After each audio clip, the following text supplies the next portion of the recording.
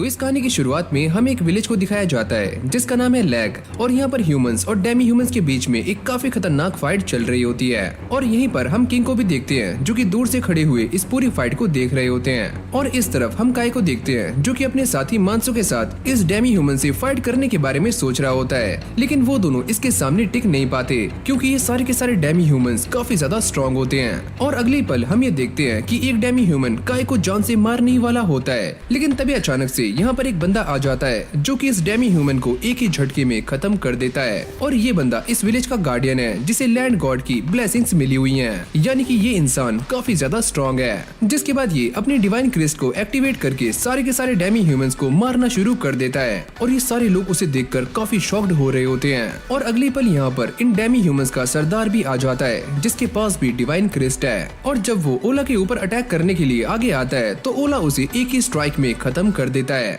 ये देखकर सारे लोग काफी खुश हो जाते हैं और बाकी के बचे हुए डेमी ह्यूमंस यहाँ से चले जाते हैं। जिसके बाद एक बंदा एक गोरिल्ला की बॉडी में से कुछ लिक्विड को बाहर निकाल कर लाता है जो कि एक तरह का डिवाइन लिक्विड होता है। और जैसे ही ओला इसे पीता है तो उसकी बॉडी ग्लो करने लग जाती है। और फिर हमें इस लिक्विड के बारे में बताया जाता है कि इसे पीने से एक इंसान की स्ट्रेंथ और पावर्स पहले से ज्यादा बूस्ट हो जाती हैं। ओला इन सारे वॉरियर्स में सबसे ज्यादा स्ट्रॉन्ग है तो उसे ये लिक्विड पीने को भी सबसे ज्यादा मिलता है और बाकी के वॉरियर्स को बस 1 या 2 बूंद। यहाँ पर हमारा काम पूरा हो चुका है तो अब इन सारी चीजों को लेकर विलेज में चलो। और फिर हमें रात का सीन दिखाया जाता है जहाँ पर हम एक और न्यू बंदे को देखते हैं जिसका नाम है वेजिन। और ये बंदा ओला का डैड है और इस पूरे के पूरे विलेज का चीफ भी। और वो इन सभी को काफी बधाई दे रहा होता है कि आज तुम सभी ने काफी अच्छा काम किया। लेकिन इस जगह पर हम एक और चीज को नोटिस करते हैं कि यहाँ पर सारे के सारे वॉरियर्स को खाना भी उनके रैंक के हिसाब से दिया जाता है, यानी कि जो चीफ है और उसके बच्चे वो काफी अच्छा खाना खाते हैं। और काई और मानसो जैसे आम वॉरियर्स उन्हें बस खाने में नॉर्मल खाना मिलता है। और जब काई इस खाने को खा रहा होता है तो वो ये कहता है कि मुझे भी एक बार वो स्पेशल खाना खाना है और इसके लिए मुझे काफी मेहनत करनी होगी। और फिर अगली सीन में हम दोबारा से काई को देखते हैं जो कि अपना रैंक बढ़ाने के लिए काफी मेहनत कर रहा होता है, लेकिन वो अचानक से नीचे गिर जाता है क्योंकि इस बंदे ने ज्यादा खाना नहीं खाया होता। और वो ये सोचता है कि मेरा मन राइस बॉल खाने का कर रहा है। और तभी अचानक से यहाँ पर मानसो भी टपक जाता है। अबे ओए, ये राइस बॉल क्या होता है? मैं इसके बारे में नहीं जानता, बस अचानक से ये वर्ड मेरे दिमाग में आ गया और मुझे ऐसा लगता है कि ये चीज काफी टेस्टी होगी। तुम्हारे मुंह से सुनने में ये चीज काफी अच्छी लग रही है। और अब ये दोनों मिलकर अपने सामने बनी हुई ग्रेव्स को देखते हैं और यहाँ पर 2 तरह की ग्रेव्स होती हैं जिनको देखकर काई ये कहता है कि देखो मानसो, यहाँ पर 2 तरह की ग्रेव्स हैं। एक वो ग्रेव है जिनसे मिलने के लिए उनके रिलेटिव्स आते हैं और एक दूसरी वाली जिनका कोई भी नहीं है। और वो ये बात सुनकर काफी सैड हो जाता है। हमारे मरने के बाद कोई भी हमें याद नहीं रखेगा और सारे लोग हमें भुला देंगे, तो इसीलिए मैंने ये ठान लिया है कि मैं काफी स्ट्रॉन्ग बनूंगा, लेकिन मेरा खाना और ये ट्रेनिंग मेरे लिए काफी नहीं है, मुझे कुछ और भी करना होगा। अरे बस फेक मत। और फिर अगली सीन में हम ओला को देखते हैं जो कि एक लड़की से बहस कर रहा होता है और ये लड़की कोई और नहीं बल्कि ओला की बहन है जिसका नाम है जोसे। तुम जानती हो ना कि हमारे खानदान में कोई भी लड़की फाइट नहीं करती और हमारे डैड भी यही चाहते हैं, लेकिन जोसे उसे बार बार फाइट करने के लिए इंसिस्ट कर रही होती है, लेकिन ये उसकी बातें नहीं मानता। यहाँ पर काई और मानसो प्रैक्टिस कर रहे होते हैं और जैसे ही मानसो उसके ऊपर अटैक करता है तो काई नीचे गिर जाता है, लेकिन तभी अचानक से वो किसी और वर्ल्ड में आ जाता है और यहाँ पर उसे एक अजीब सी मैजिकल एनर्जी भी सेंस होती है। और जब उसे दोबारा से होश आता है तो वो ये सोचता है कि ये चीज क्या थी जो कि अभी मुझे महसूस हुई। अरे यार, क्या तुम ठीक हो? मुझे ऐसा लगता है कि मैंने तुम्हें काफी जोर से मार दिया। अरे नहीं यार, मैं एकदम ठीक हूँ। और अब ये दोनों चड्डी बड्डी अपने घर के लिए निकल जाते हैं। और फिर हमें बताया जाता है कि काई को ये सारे फ्लैशबैक्स काफी पहले से आ रहे हैं और जो मैजिकल एनर्जी उसने सेंस की वो इस वर्ल्ड में काफी रेयर है। अगर मैं इस मैजिक को सीख जाता हूँ तो बैटल में मेरी परफॉर्मेंस पहले से काफी अच्छी हो जाएगी और हो सकता है कि मेरा लेवल भी अप हो जाए। और अगली सीन में हमें दोबारा से वेजन को दिखाया जाता है जिसके पास एक ईगल मैसेज लेकर आता है कि वेस्ट के जंगलों में ओगर्स का एक काफी बड़ा झुंड देखा गया है और इनके विलेज में कुछ टाइम के बाद एक सेरेमनी भी होने वाली है। तभी ओला अपने डैड से ये कहता है कि उस सेरेमनी से पहले हमें इन सारे ओगर्स को खत्म करना होगा। मैं ये बात जानता हूँ, लेकिन हमारे सोल्जर्स अभी काफी घायल हैं क्योंकि कल ही उन्होंने एक फाइट की है और अब उनके सामने एक नई मुसीबत भी आ चुकी है। पर डैड, फाइट करना ये तो एक सोल्जर का काम है और फिर हम दोबारा से काय को देखते हैं जो कि अब भी फायर मैजिक के बारे में सोच रहा होता है और वो ना जाने क्या क्या फुसफुसा रहा होता है, जिसकी आवाज से मानसो भी उठ जाता है। हाँ भाई क्या बात है, तू अभी तक जा क्यों रहा है? और अभी दोनों ऐसे ही बातें करने लग जाते हैं जहाँ पर मानसो काय को एक मॉन्क के बारे में बताता है जिसने अपने हाथ से फायर मैजिक का इस्तेमाल किया था। और ये सुनने के बाद काय काफी एक्साइटेड हो जाता है, पर मानसो उससे कहता है कि ये बस एक कहानी है जो कि मैंने अपने बचपन में सुनी थी और मुझे ऐसा नहीं लगता कि ऐसा कुछ भी होगा। अगली सुबह हम काय को देखते हैं जो कि अब भी मानसो की ही बातों को याद करता है और वो ये सोचता है क्या मुझे भी मैजिक कास्ट करने के बारे में सोचना चाहिए। और ये सोचते सोचते वो एक सुनसान जगह पर आ जाता है और अब वो अपनी स्पिरिचुअल एनर्जी का इस्तेमाल करके फायर को अवेकन करने की कोशिश करता है, पर ऐसा कुछ भी नहीं होता। ऐसी क्या चीज है जिससे कि मैं अपनी स्पिरिचुअल एनर्जी को अवेकन कर सकता हूँ? और तभी अचानक उसे अपने अंदर एक अजीब सी एनर्जी महसूस होती है और वो दोबारा से इस प्रैक्टिस में लग जाता है। लेकिन अब भी उससे कुछ भी नहीं होता और इस तरफ ओगर्स ने काफी सारे सोल्जर्स को मौत की घाट उतार दिया होता है। और फिर हमें लैग विलेज के सोल्जर्स को भी दिखाया जाता है जो कि अपने सामने ओगर्स को नोटिस कर लेते हैं और अभी सारे ओगर्स उन पर अटैक करने के लिए आगे आ रहे होते हैं। और इस तरफ काय और मैंसो भी अपनी टीम के साथ उन पर अटैक करने के लिए आगे बढ़ते हैं। और जब काय एक ओगर को ठिकाने लगाता है तो एक बंदा उड़ता हुआ उससे आकर टकराता है और इस बंदे को एक काफी खतरनाक ओगर ने यहाँ पर फेंका होता है। और जब ये ओगर काय को मारने के लिए आगे जाता है तो मैंसो और उसकी टीम इस ओगर को ठिकाने लगा देती है। और इस तरफ हम ओला को देखते हैं जो कि अपने डिवाइन क्रिस्ट का इस्तेमाल करके सारे के सारे ओगर्स को बड़ी आराम से धूल चटा रहा होता है। और ये देखकर बाकी ओगर्स काफी डर जाते हैं और वो यहाँ से भागना शुरू कर देते हैं। और फिर हम काय को देखते हैं जिसके पैर में भी चोट लग जाती है और तभी अचानक एक ओगर इन दोनों को नोटिस कर लेता है और इन दोनों की चलने की स्पीड काफी कम होती है। काय मानसो से कहता है कि तुम मुझे छोड़कर यहाँ से चले जाओ, तुम यहाँ से भाग सकते हो। लेकिन मानसो ऐसा करने से मना कर देता है, मैं तुम्हारे साथ हूँ। वो ओगर इनके काफी नजदीक आ जाता है। मानसो तुम यहाँ से चले जाओ, कम से कम हम दोनों में से कोई एक तो जिंदा बचेगा।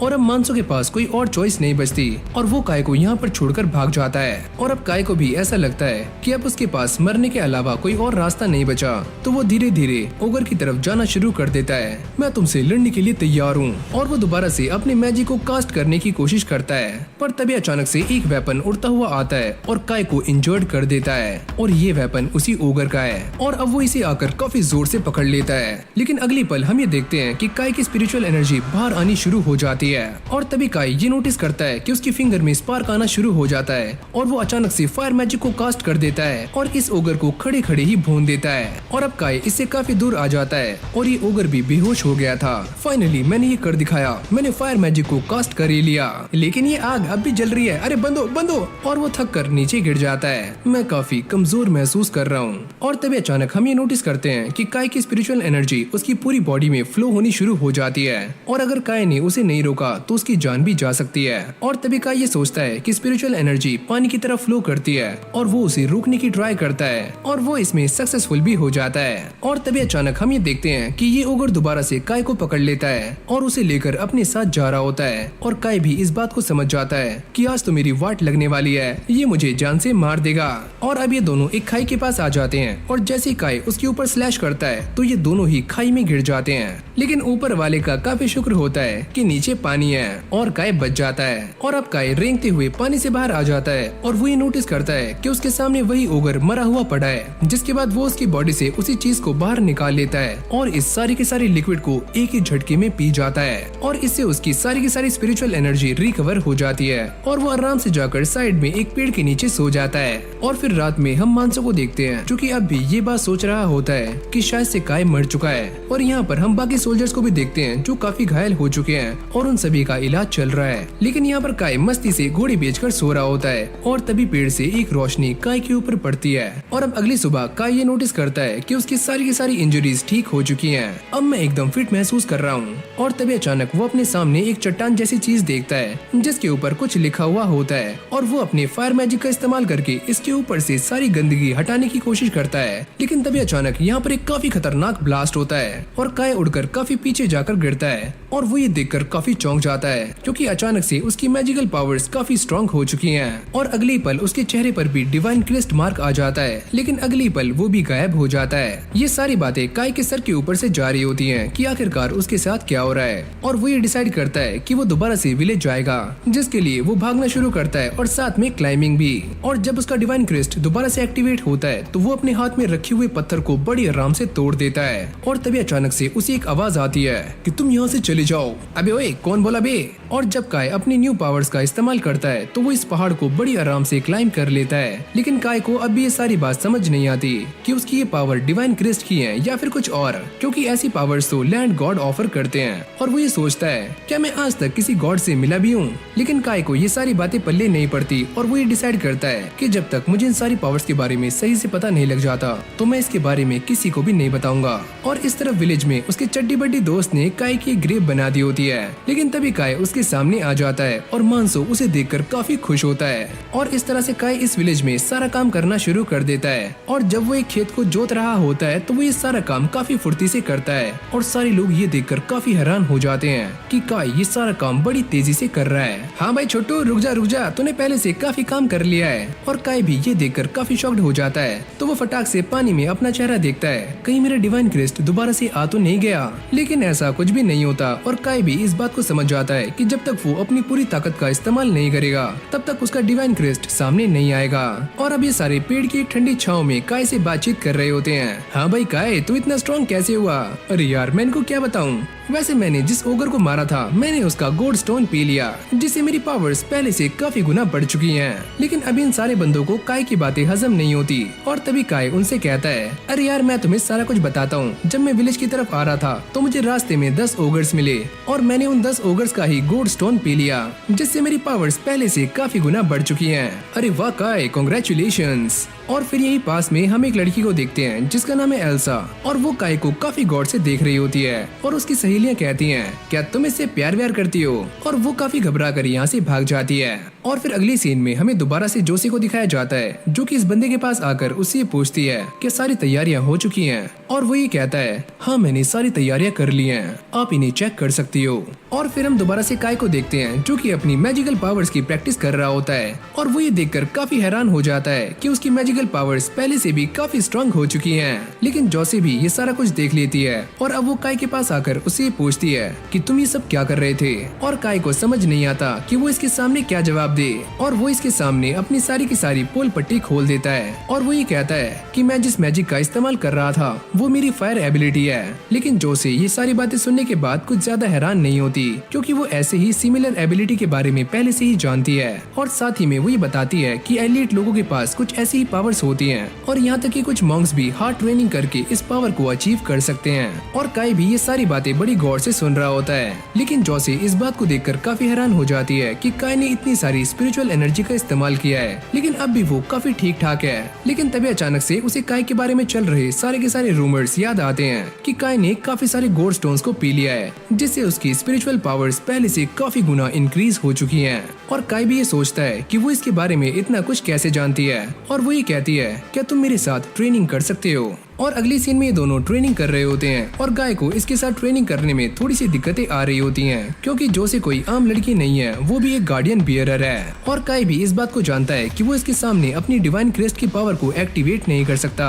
क्योंकि इससे काफी दिक्कतें हो सकती हैं। तो वो अपने आप को काफी लिमिट में रखकर इससे फाइट कर रहा होता है। जोशी भी उससे फाइट करते करते अपनी डिवाइन क्रेस्ट को एक्टिवेट कर रही होती है और ऐसी ही ये ट्रेनिंग चलती रहती है। और अगली सीन में हम ये देखते हैं कि काय इस बात को देखकर काफी शॉक्ड हो जाता है कि उसने अपने डिवाइन क्रेस्ट को बिना एक्टिवेट किए इस ट्रेनिंग को पूरा कर लिया है। मैं ये समझ चुका हूँ कि मेरे पास जो पावर्स हैं वो बाकी सबसे काफी अलग हैं। अगर मैं अपनी पावर्स का सही तरीके से इस्तेमाल करूँ तो मेरे सामने जोशी जैसे भी गार्डियन बियरर कुछ भी नहीं है। अरे काय तुम कहाँ पर रह गए, मेरे लिए पानी लेकर आओ। और अब काय उसके पास पानी लेकर आ जाता है और वो उससे डरते हुए ये पूछता है क्या सारे के सारे गार्डियन बियरर की पावर्स एक जैसी नहीं होती, क्या वो अलग अलग होते हैं? और अब जोशी उसे ये बताती है कि मेरे बड़े भाई और मेरे फादर मुझसे काफी ज्यादा स्ट्रॉन्ग हैं और गार्डियन बियरर्स की पावर्स उनके लैंड गॉड पर डिपेंड करती है और मैं उन सभी में काफी वीक हूँ। और साथ ही में वो ये कहती है कि गार्डियन बियरर को स्ट्रॉन्ग बनने के लिए टाइम टू टाइम ट्रेनिंग करनी पड़ती है और मैं इन सारी ट्रेनिंग्स में काफी कमजोर हूँ। और जब काय ये सारी बातें सुनता है तो वो जोशी की तारीफें करना शुरू कर देता है।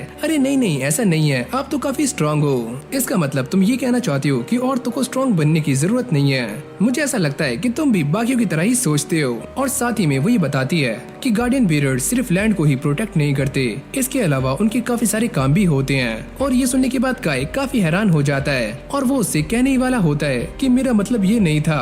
और तभी अचानक से यहाँ पर एक बेल रिंग हो जाती है और जोसी ये कहती है कि अब मुझे यहाँ से जाना होगा। लेकिन तुम्हारे कहने का मतलब क्या है कि गार्डियन बीयर्स और भी काम करते हैं? मैं तुम्हें अभी ये सारा कुछ बता नहीं सकती, लेकिन मैं ट्रेनिंग करने के लिए पास के ही एक गांव में जा रही हूँ, तो तुम मेरे साथ आ सकते हो। और वैसे भी मेरे लैंड गॉड एडा विलेज में है, तो मैं तुम्हारा भी वहाँ पर आने का बंदोबस्त कर दूंगी ताकि तुम मेरे साथ आ पाओ। और अब ये सारे उस विलेज के लिए निकल जाते हैं और फिर हमें दिखाया जाता है कि एडा विलेज के अंदर काफी सारे गोरिल्ला मॉन्स्टर्स हैं और यहाँ पर जितने भी लोग हैं वो सारे के सारे जोसी को प्रोटेक्ट करने के लिए यहाँ पर आए हैं। वैसे मैंने सुना है कि लेडी जोसे ने तुमसे पर्सनली पूछा था अपने साथ चलने के लिए और उन्होंने तुम्हारी सिफारिश भी लगाई है। ऐसा कुछ भी नहीं है, लेडी जोसे तो इसे जानती भी नहीं है कि काय कौन है। हाँ वो बात भी सही है, लेकिन ये बंदा हमें काफी अजीब लग रहा है और वो सारे उसे काफी गौर से घूर रहे होते हैं और काय को ये चीज काफी अजीब लगती है। अरे यार मैं कहाँ फंस गया। और अभी सारे उस गांव में आ जाते हैं जहाँ की हालत काफी खराब होती है और अभी सारे बातें करते हैं कि पहले ये गांव मलोस घराने से बिलोंग किया करता था, लेकिन बार बार यहाँ पर डेमी ह्यूमंस के अटैक के बाद उन लोगों को यहाँ से भागना पड़ा। और इस गांव की ऐसी हालत देखने के बाद ये सारे लोग काफी हैरान हो जाते हैं। और अब ये बंदा कहता है कि यहाँ से सारे लोग जा चुके हैं, लेकिन अब भी यहाँ पर काफी लोगों की कब्रें हैं और ये सारे लोग बार बार यहाँ पर आते हैं ताकि उन्हें श्रद्धांजलि दे सकें। और साथ ही में वो ये भी कहता है कि यहाँ के लैंड गॉड की ब्लेसिंग्स यहाँ से उड़ चुकी है, तो इसीलिए यहाँ की मिट्टी में कुछ भी नहीं उगता और किसी भी मिट्टी में पैदावार तभी होती है जब वहाँ पर लैंड गॉड की ब्लेसिंग्स हो। लेकिन इस जगह पर अब ऐसा कुछ भी नहीं है। और तभी यहाँ पर जोसी आ जाती है और वो काय को अपने साथ चलने के लिए कहती है वैसे हम कहाँ पर जा रहे हैं। और अब ये दोनों एक खाली जगह पर आ जाते हैं जहाँ पर इनके सामने काफी सारे फ्लावर्स होते हैं और जोसे नीचे बैठकर प्रे करना शुरू कर देती है। और काय ये देखकर काफी हैरान हो जाता है और वो जोसे से कुछ पूछने ही वाला होता है, लेकिन वो उसे चुप कर देती है। और तभी अचानक काय ये नोटिस करता है कि जोसे की बॉडी से एक अजीब तरह का ऑरा निकलना शुरू हो जाता है और जोसे उसे ये बताती है कि मैं अपने लैंड गॉड से प्रे कर रही हूँ और ये प्रे वही लोग कर सकते हैं जो कि लैंड गॉड के द्वारा चुने गए होते हैं। और जब वो प्रे कर रही होती है तो उसकी बॉडी का कुछ ऑरा इन प्लांट्स के अंदर जाना शुरू हो जाता है। और अब वो खड़ी होकर काय को ये बताती है कि ये विलेज अबंडेंट हो चुका है और यहाँ के लैंड गॉड काफी कमजोर पड़ चुके हैं और उनकी ब्लेसिंग्स यहाँ से जा चुकी हैं। और अब वो काय को ये बताती है कि मैं इस लैंड की गार्डियन बेरर हूँ और मैं काफी कमजोर हूँ, तो इसलिए ये लैंड भी काफी कमजोर है। और अब वो इस जगह को लैग विलेज से कंपेयर करती है और वो ये बताती है कि लैग विलेज में सारी की सारी सब्जियाँ काफी अच्छे से उगती हैं क्योंकि मेरे डैड काफी स्ट्रॉन्ग हैं और वो अपने आप को स्ट्रॉन्ग रखने के लिए काफी ज्यादा प्रैक्टिस भी करते हैं। और वो काय को ये बताती है कि ये गार्डियन बेरर जितना ज्यादा स्ट्रॉन्ग होगा उसके लैंड गॉड भी उतनी ही ज्यादा स्ट्रॉन्ग होंगे और उनकी ब्लेसिंग्स भी उतनी ही ज्यादा स्ट्रॉन्ग होंगी। और अब ये सारी बातें सुनने के बाद काय भी ये समझ जाता है कि सिर्फ बैटल के अंदर लड़ने से ही गार्डियन बेरर्स स्ट्रॉन्ग नहीं होते, उनके ऊपर लैंड गॉड की ब्लेसिंग्स का भी होना काफी जरूरी है जिससे वो सभी खाना खा पाते हैं। और अब ये सारे अंदर जाने की तैयारियां कर रहे होते हैं। तुम सारे बाहर रुककर पहरा दोगे और हम सारे महारानी के साथ अंदर जा रहे हैं। और जब ये सारे अंदर आ जाते हैं तो काय इस चीज को देखकर काफी शॉक्ड हो जाता है कि उसके सामने एक ग्रेव स्टोन है और वो ये सोचता है क्या सच में ये ग्रीव स्टोन है। और ऐसा ही ग्रीव स्टोन मैंने शायद उस पहाड़ी पर भी देखा था। और जब काय उसके पास जाकर उसे टच करता है तो उसे ये एहसास होता है कि वो इसके ऊपर लिखी हुई लैंग्वेज को पढ़ पा रहा है, लेकिन उसे ये लैंग्वेज सही तरह से समझ नहीं आती, वो बस कुछ ही अक्षरों को समझ पा रहा होता है। ये मेरे सामने क्या लिखा हुआ है, मंदिर, वचन, लेकिन इन बातों का तो कोई भी तुक नहीं बनता। और अब जोसी भी उसको नोटिस कर लेती है और वो उससे पूछती है तुम अकेले में क्या बड़बड़ा रहे हो। और जब काय का ध्यान उसके संतरों पर जाता है तो वो एक पल के लिए हक्का बक्का रह जाता है। मैं इस बात को नहीं जानता था कि तुम अपने गांव के लिए इतनी पावरफुल बनना चाहती हो।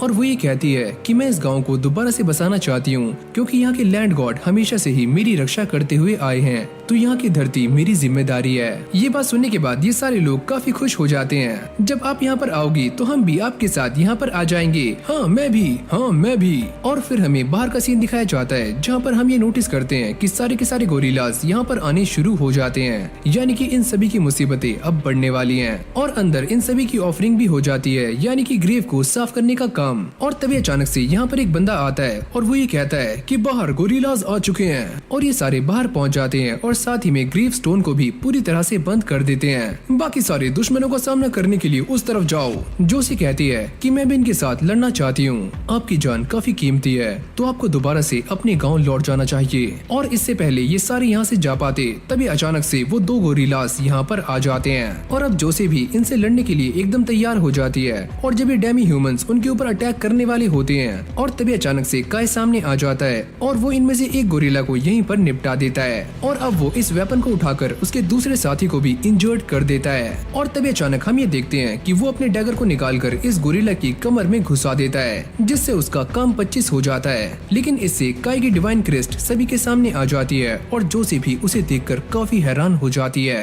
और अब ये सारे दोबारा से गांव में आ जाते हैं और फिर हम ओला को देखते हैं जो कि जोसे के ऊपर काफी गुस्सा कर रहा होता है, क्योंकि उसे इस बारे में सारा कुछ पता चल चुका है कि कल जोसे के साथ क्या क्या हुआ था और उसके ऊपर अटैक भी हुआ है। और वो इसके ऊपर काफी गुस्सा करता है कि मैंने तुम्हें मना किया था कि तुम्हें बाहर नहीं जाना, फिर तुम बाहर क्यों गई। लेकिन वैजिन उसे शांत करते हैं, हमारी बेटी यहाँ पर सही सलामत है तो यही बस हमारे लिए काफी है। और अब ये बैठकर डिसाइड करते हैं कि वो काय का एक टेस्ट लेने वाले हैं, क्योंकि इतने बड़े बड़े गोरिल्लास को मारना कोई आम बात नहीं है। और अब वैजिन के सामने उनकी बेटी खड़ी हुई होती है और वो ये कहते हैं कि तुम सारे विलेज का ध्यान रखना, क्योंकि बहुत जल्दी हमसे मिलने के लिए कोई आ रहा है। फिर हम जोसे को देखते हैं जो अपने डैड से माफी मांग रही होती है, लेकिन वो इन सारी बातों को लेकर बिल्कुल भी अपसेट नहीं होते, क्योंकि वो इन सारी बातों को पहले से ही जानते हैं कि उस जगह पर क्या क्या हुआ था।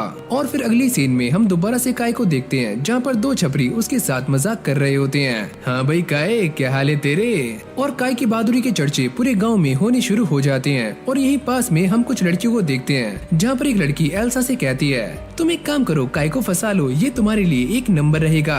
और तभी अचानक से यहाँ पर मानसू आ जाता है, तुम सारे इसे परेशान करना बंद करो।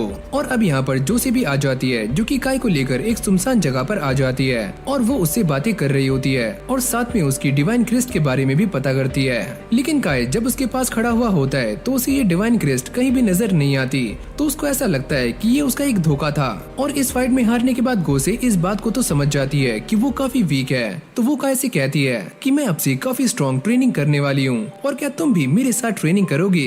अरे यार मैं अब क्या कहूँ, चलो मान लेता हूँ। और यहीं पास में हम कुछ और बंदों को देखते हैं और उन्हें ऐसा लगता है कि ये दोनों खोपचे में जाकर गुलू गुलू करने वाले हैं। और अगली सीन में हम दोबारा से काय को देखते हैं जो काफी थक जाता है, लेकिन तभी यहाँ पर एक लड़की आती है जो कि काय को पानी पिलाती है और ये वही लड़की है जिसका नाम है एल्सा। और एक यहाँ पर हमें जिसे कोई भी लड़की भाव नहीं देती। इन दोनों को देखकर मानसू को ऐसा लगता है कि इन दोनों के बीच में कोई न कोई चक्कर चल रहा है। हाँ भाई क्या बात है तेरी, क्या चक्कर है इसके साथ। लेकिन तभी अचानक काय को एक बर्ड की आवाज सुनाई देती है और ये आवाज वही है जो कि उस दिन काय को खाई में भी सुनाई दी थी, लेकिन वो इसे इग्नोर कर देता है। और रात में भी काय के साथ कुछ ऐसा ही होता है, उसे दोबारा से उसी पक्षी की आवाज सुनाई देती है और वो उसका पीछा करना शुरू कर देता है और वो एक काफी लंबी जंप लगाता है जिससे वो इस काफी बड़ी पहाड़ी को भी एक ही झटके में पार कर लेता है। और ऐसे ही वो ग्रेविटी की माँ बहन करते हुए आगे जा रहा होता है और जाकर इस खाई में कूद जाता है जिसके अंदर काफी सारा पानी होता है और वो मस्त इसके अंदर नहाता है। और अब काय यहाँ पर एक ट्री के सामने आ जाता है जिसके चारों तरफ ये पंछी घूम रहा था और वो अचानक से गायब हो जाता है। और जब काय इस पत्थर को देखता है तो वो इतना तो समझ जाता है कि ये एक ग्रेव स्टोन है और वो इसके ऊपर लिखी हुई लैंग्वेज को पढ़ने का ट्राई करता है, लेकिन इस बार वो इसे पढ़ नहीं पाता। लेकिन इसके बावजूद भी वो इस स्टोन को थैंक्स बोलता है, क्योंकि काय को ऐसा लगता है कि ये वही स्टोन है जिसने काय की जान बचाई है और साथ ही में वो इसे क्लीन भी कर देता है। और अब काय इस जगह पर रहकर काफी मस्ती करता है, वो कभी खाना खाता है और साथ में पानी भी पी लेता है और वो ये सोचता है कि इस जगह पर खाने पीने की कोई भी दिक्कत नहीं है, तो क्यों ना मैं यहाँ पर अपना एक घर बना लूँ, ये जगह मेरे लिए एकदम परफेक्ट रहेगी। और अब काय अपना घर बनाने के लिए एक पहाड़ी पर आ जाता है और वो इस ट्री को काटने की कोशिश करता है और वो ये सोचता है कि इसे काटने के लिए मेरा डैगर काफी छोटा है, तो वो अपने फायर मैजिक का इस्तेमाल करता है, लेकिन इससे यहाँ पर आग लग जाती है। अरे यार ये क्या हुआ, इससे तो पूरे जंगल में आग लग जाएगी। और वो जल्दी से इसे बुझा देता है और अब काय को अपनी प्रीवियस लाइफ की मेमोरीज याद आनी शुरू हो जाती हैं, जहाँ पर उसने मॉलिक्यूलर बॉन्ड के बारे में पढ़ा था।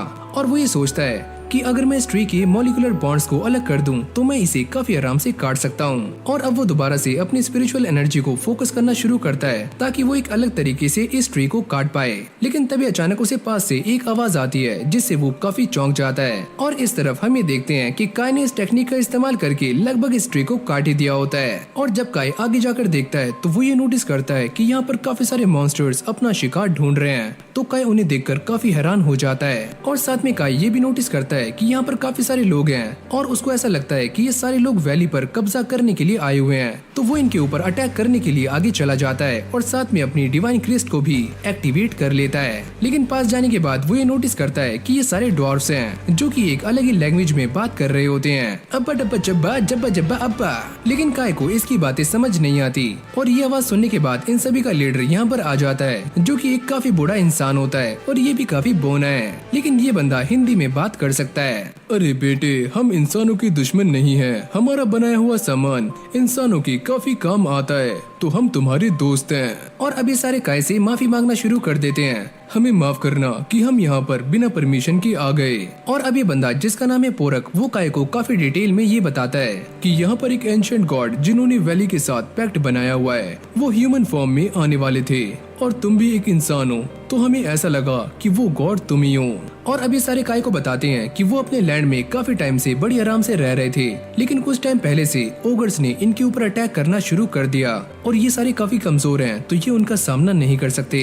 तो अब इन सारी चीजों को बचाने की जिम्मेदारी बस तुम्हारी है, क्योंकि तुम ही हमारे गॉड ऑफ जस्टिस हो। और ये सारी बातें काय के सर के ऊपर से जा रही होती हैं और वो पहले से ही परेशान है, तो उसे ये बातें समझ नहीं आती।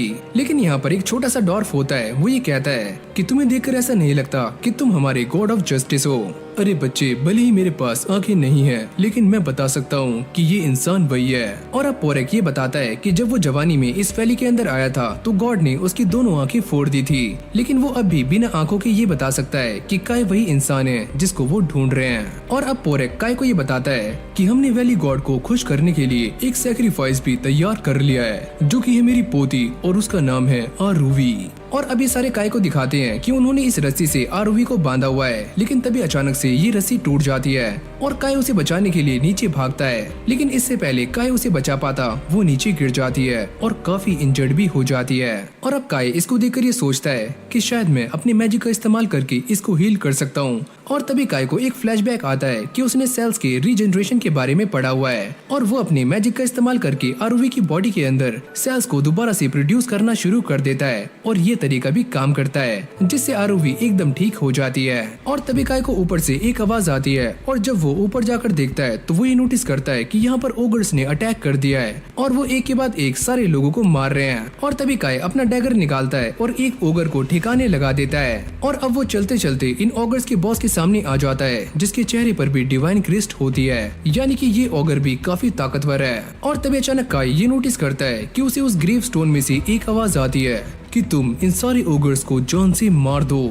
और अब पोरक भी उसकी हेल्प करने के लिए यहाँ पर आ जाता है और काय ये नोटिस करता है कि इसके पास भी डिवाइन क्रिस्ट है। और अब ये दोनों एक एक करके सारे के सारे ओगर्स को मारना शुरू कर देते हैं और पोरक भी उन्हें काफी गंदे तरीके से मार रहा होता है, लेकिन उसकी उम्र हो चुकी है तो वो काफी जल्दी थक जाता है और अब सारी की सारी जिम्मेदारियाँ काय के ऊपर आ चुकी है। जिसके बाद काय यहाँ पर पड़ा हुआ एक वेपन उठा लेता है, जिसको देखकर इस ओगर की फटनी शुरू हो जाती है और वो ये कहता है कि सुनो, ये तुम्हारी लड़ाई नहीं है तो तुम यहाँ से हट जाओ, हम तुम्हें कुछ भी नहीं करेंगे। मैं जानता हूँ कि ये लड़ाई मेरी नहीं है, लेकिन तुमने इस वैली के अंदर घुसकर काफी बड़ी गड़बड़ कर दी है और तुम्हें इसकी सजा जरूर मिलेगी। और तभी पोरक ये नोटिस करता है कि काय के अंदर गॉड ऑफ जस्टिस की पावर्स आ चुकी हैं और उसका ऑरा काफी खतरनाक लग रहा है। ये देखकर इस ओगर की फटनी शुरू हो जाती है और वो काय के ऊपर अटैक कर देता है, लेकिन काय अपनी डिवाइन पावर का इस्तेमाल करके पहले इसके हाथ को काटता है और बाद में अपने हाथ को इसकी छाती के अंदर घुसा देता है। और अब पोरक इसे देखकर ये बताता है कि ये वही गॉड है जिसने मेरी आंखों को मुझसे छीन लिया था। और इस तरफ हम ये देखते हैं कि काय इस गार्डियन बियरर को खत्म करके उसके गॉड स्टोन को बाहर निकाल लेता है और उसकी बॉडी से एक अजीब सा ऑरा भी बाहर निकल रहा होता है। और फिर हम काय को देखते हैं जिसने पहली बार गार्डियन बियरर को खत्म कर दिया होता है। और तभी पोरक ये बताता है कि जो भी गार्डियन बियरर को खत्म करके उसके गॉड स्टोन को बाहर निकालता है और उसके डिवाइन लिक्विड को पीता है तो उस बियरर की सारी पावर्स उसके अंदर आ जाती हैं। और अब काय इस गॉड स्टोन को काटकर एक हिस्सा पोरक को भी दे देता है, क्योंकि उसने भी इसकी हेल्प की थी। और जैसे ही पोरक इसे पीता है तो उसके पेट में दर्द होना शुरू हो जाता है, लेकिन वो अचानक से एकदम सही भी हो जाता है। और शुरू में काय के ऊपर इसका कोई भी असर नहीं पड़ता, लेकिन अचानक से उसे भी कुछ होने लगता है और ये सारे उसे देखकर काफी परेशान हो जाते हैं। और फिर हम देखते हैं कि लैंड गॉड की एनर्जी भी उसके अंदर से बाहर निकल जाती है। और तभी काय ये फैसला करता है कि वो दोबारा से वैली के अंदर जाएगा और वो सभी को मना करता है कि कोई भी मेरे पीछे मत आना, मैं अपने आप ही सही हो जाऊंगा। और जैसे ही काय यहाँ से नीचे कूदता है तभी अचानक से हम पास्ट में पहुँच जाते हैं, जहाँ पर काय एक छोटा सा बच्चा है और कुछ लोगों ने उसे पकड़ा हुआ होता है और उसके सामने एक काफी खतरनाक डेमी ह्यूमन खड़ा हुआ होता है और साथ ही में उसका पूरा का पूरा गाँव तबाह हो जाता है। और जब काय के साथ ये सारा कुछ होता है उसके बाद ही वो लैग विलेज में आ जाता है। और जब काय की आँख खुलती है तो वो एक बिस्तर में होता है, लेकिन वो अपने पास आरुवी को देखकर काफी शॉक्ड हो जाता है। तुम यहाँ पर क्या कर रही हो? आरुवी उससे कहती है कि मैं यहाँ पर इसीलिए आई ताकि तुम्हें ठंड ना लग जाए और मेरे लोगों ने मुझे तुम्हें सैक्रिफाइस कर दिया था, तो अब से मैं तुम्हारे साथ रहूंगी, लेकिन मैं तुम्हें अपने साथ नहीं रख सकता। तुम्हें अपने घर वालों के पास वापस लौट जाना चाहिए। लेकिन आरुवी उसकी बातें नहीं मानती, तो काय उसे यहाँ पर अकेला छोड़कर यहाँ से निकल जाता है। लेकिन ऊपर जाने के बाद ये सारे लोग उसको घेर लेते हैं और पोरेक ये कहता है कि ऑगर्स ने हमारी वैली पर कब्जा कर लिया है, तो क्या हम कुछ टाइम के लिए यहाँ पर रह सकते हैं? और काय भी जल्दबाजी में इन सभी को परमिशन दे देता है कि वो यहाँ पर रुक सकते हैं। और फिर यहीं से हमारा सीन चेंज हो जाता है और काय दोबारा से जोसे के पास पहुंच जाता है उसकी ट्रेनिंग करवाने के लिए। तुम काफी लेट हो। अरे वो बस मैं थोड़ा सो गया था और मेरी आँख काफी देर से खुली। और फिर हम काय के दोस्तों को देखते हैं जो कि आराम से अपना दिहाड़ी मजदूरी कर रहे होते हैं। और तभी यहाँ पर चीफ आ जाते हैं और वो ये कहते हैं, क्या तुम जानते हो कि काय कहाँ पर है? ये सुनते ही इन सभी की फट जाती है और इन सभी को ऐसा लगता है कि काय ने पक्का कोई न कोई कांड कर दिया है। और अब अगली सीन में हम ये देखते हैं कि काय और चीफ के बीच में एक फाइट होने वाली है। और जैसे कि हम जानते हैं कि चीफ काय का एक टेस्ट लेने वाले हैं कि काय कितना स्ट्रॉन्ग है। और तभी काय को पोरेक की बातें याद आती हैं कि उसे अपनी पावर्स को सभी के सामने रिवील नहीं करना है। अगर ऐसा हुआ तो उसके लिए काफी मुसीबतें आ जाएंगी। और अगले पल हम ये देखते हैं कि चीफ काय के ऊपर एक के बाद एक अटैक्स करना शुरू कर देता है और ये अटैक्स काफी दमदार होते हैं, जिससे काय की डिवाइन क्रिस्ट सामने आनी शुरू हो जाती है। लेकिन वो इसे किसी तरीके से शांत करता है और एक नूब की तरह चीफ के साथ लड़ना शुरू कर देता है। और अब वो चीफ का पैर पकड़कर उसे गिराने की कोशिश करता है, लेकिन तभी चीफ उसकी एक जोरदार लात मारता है जिससे काय नीचे गिर जाता है। और सारे लोग ये देखकर काफी परेशान हो जाते हैं। तो चलो बच्चे, आज हम इस टेस्ट को यहीं पर रोकते हैं और कल अपनी पूरी ताकत के साथ आना। और चीफ के जाते ही मानसो काय की टांग खींचना शुरू कर देता है। अरे क्या हुआ मेरे दोस्त, तुम तो काफी आराम से हार गए। लेकिन एल्सा को भी उसकी काफी चिंता हो रही होती है। जोसी भी ये डिसाइड करती है कि अब वो काय के साथ और भी कड़ी मेहनत करेगी। और फिर हमें रात का सीन दिखाया जाता है जहाँ पर काय की अचानक से आँख खुल जाती है और वो भागकर उसी वैली की तरफ जाता है। और जैसे ही वो वहाँ पहुँचता है तो वो ये नोटिस करता है कि आरुवी ने यहाँ पर एक छोटा सा घर बना लिया है और वो उसके लिए खाना भी बना रही है, जैसे कि वो इसकी वाइफ हो। और अगले पल ये सारा खाना बनकर तैयार हो जाता है और ये खाना काफी सारा था और खाने में भी टेस्टी।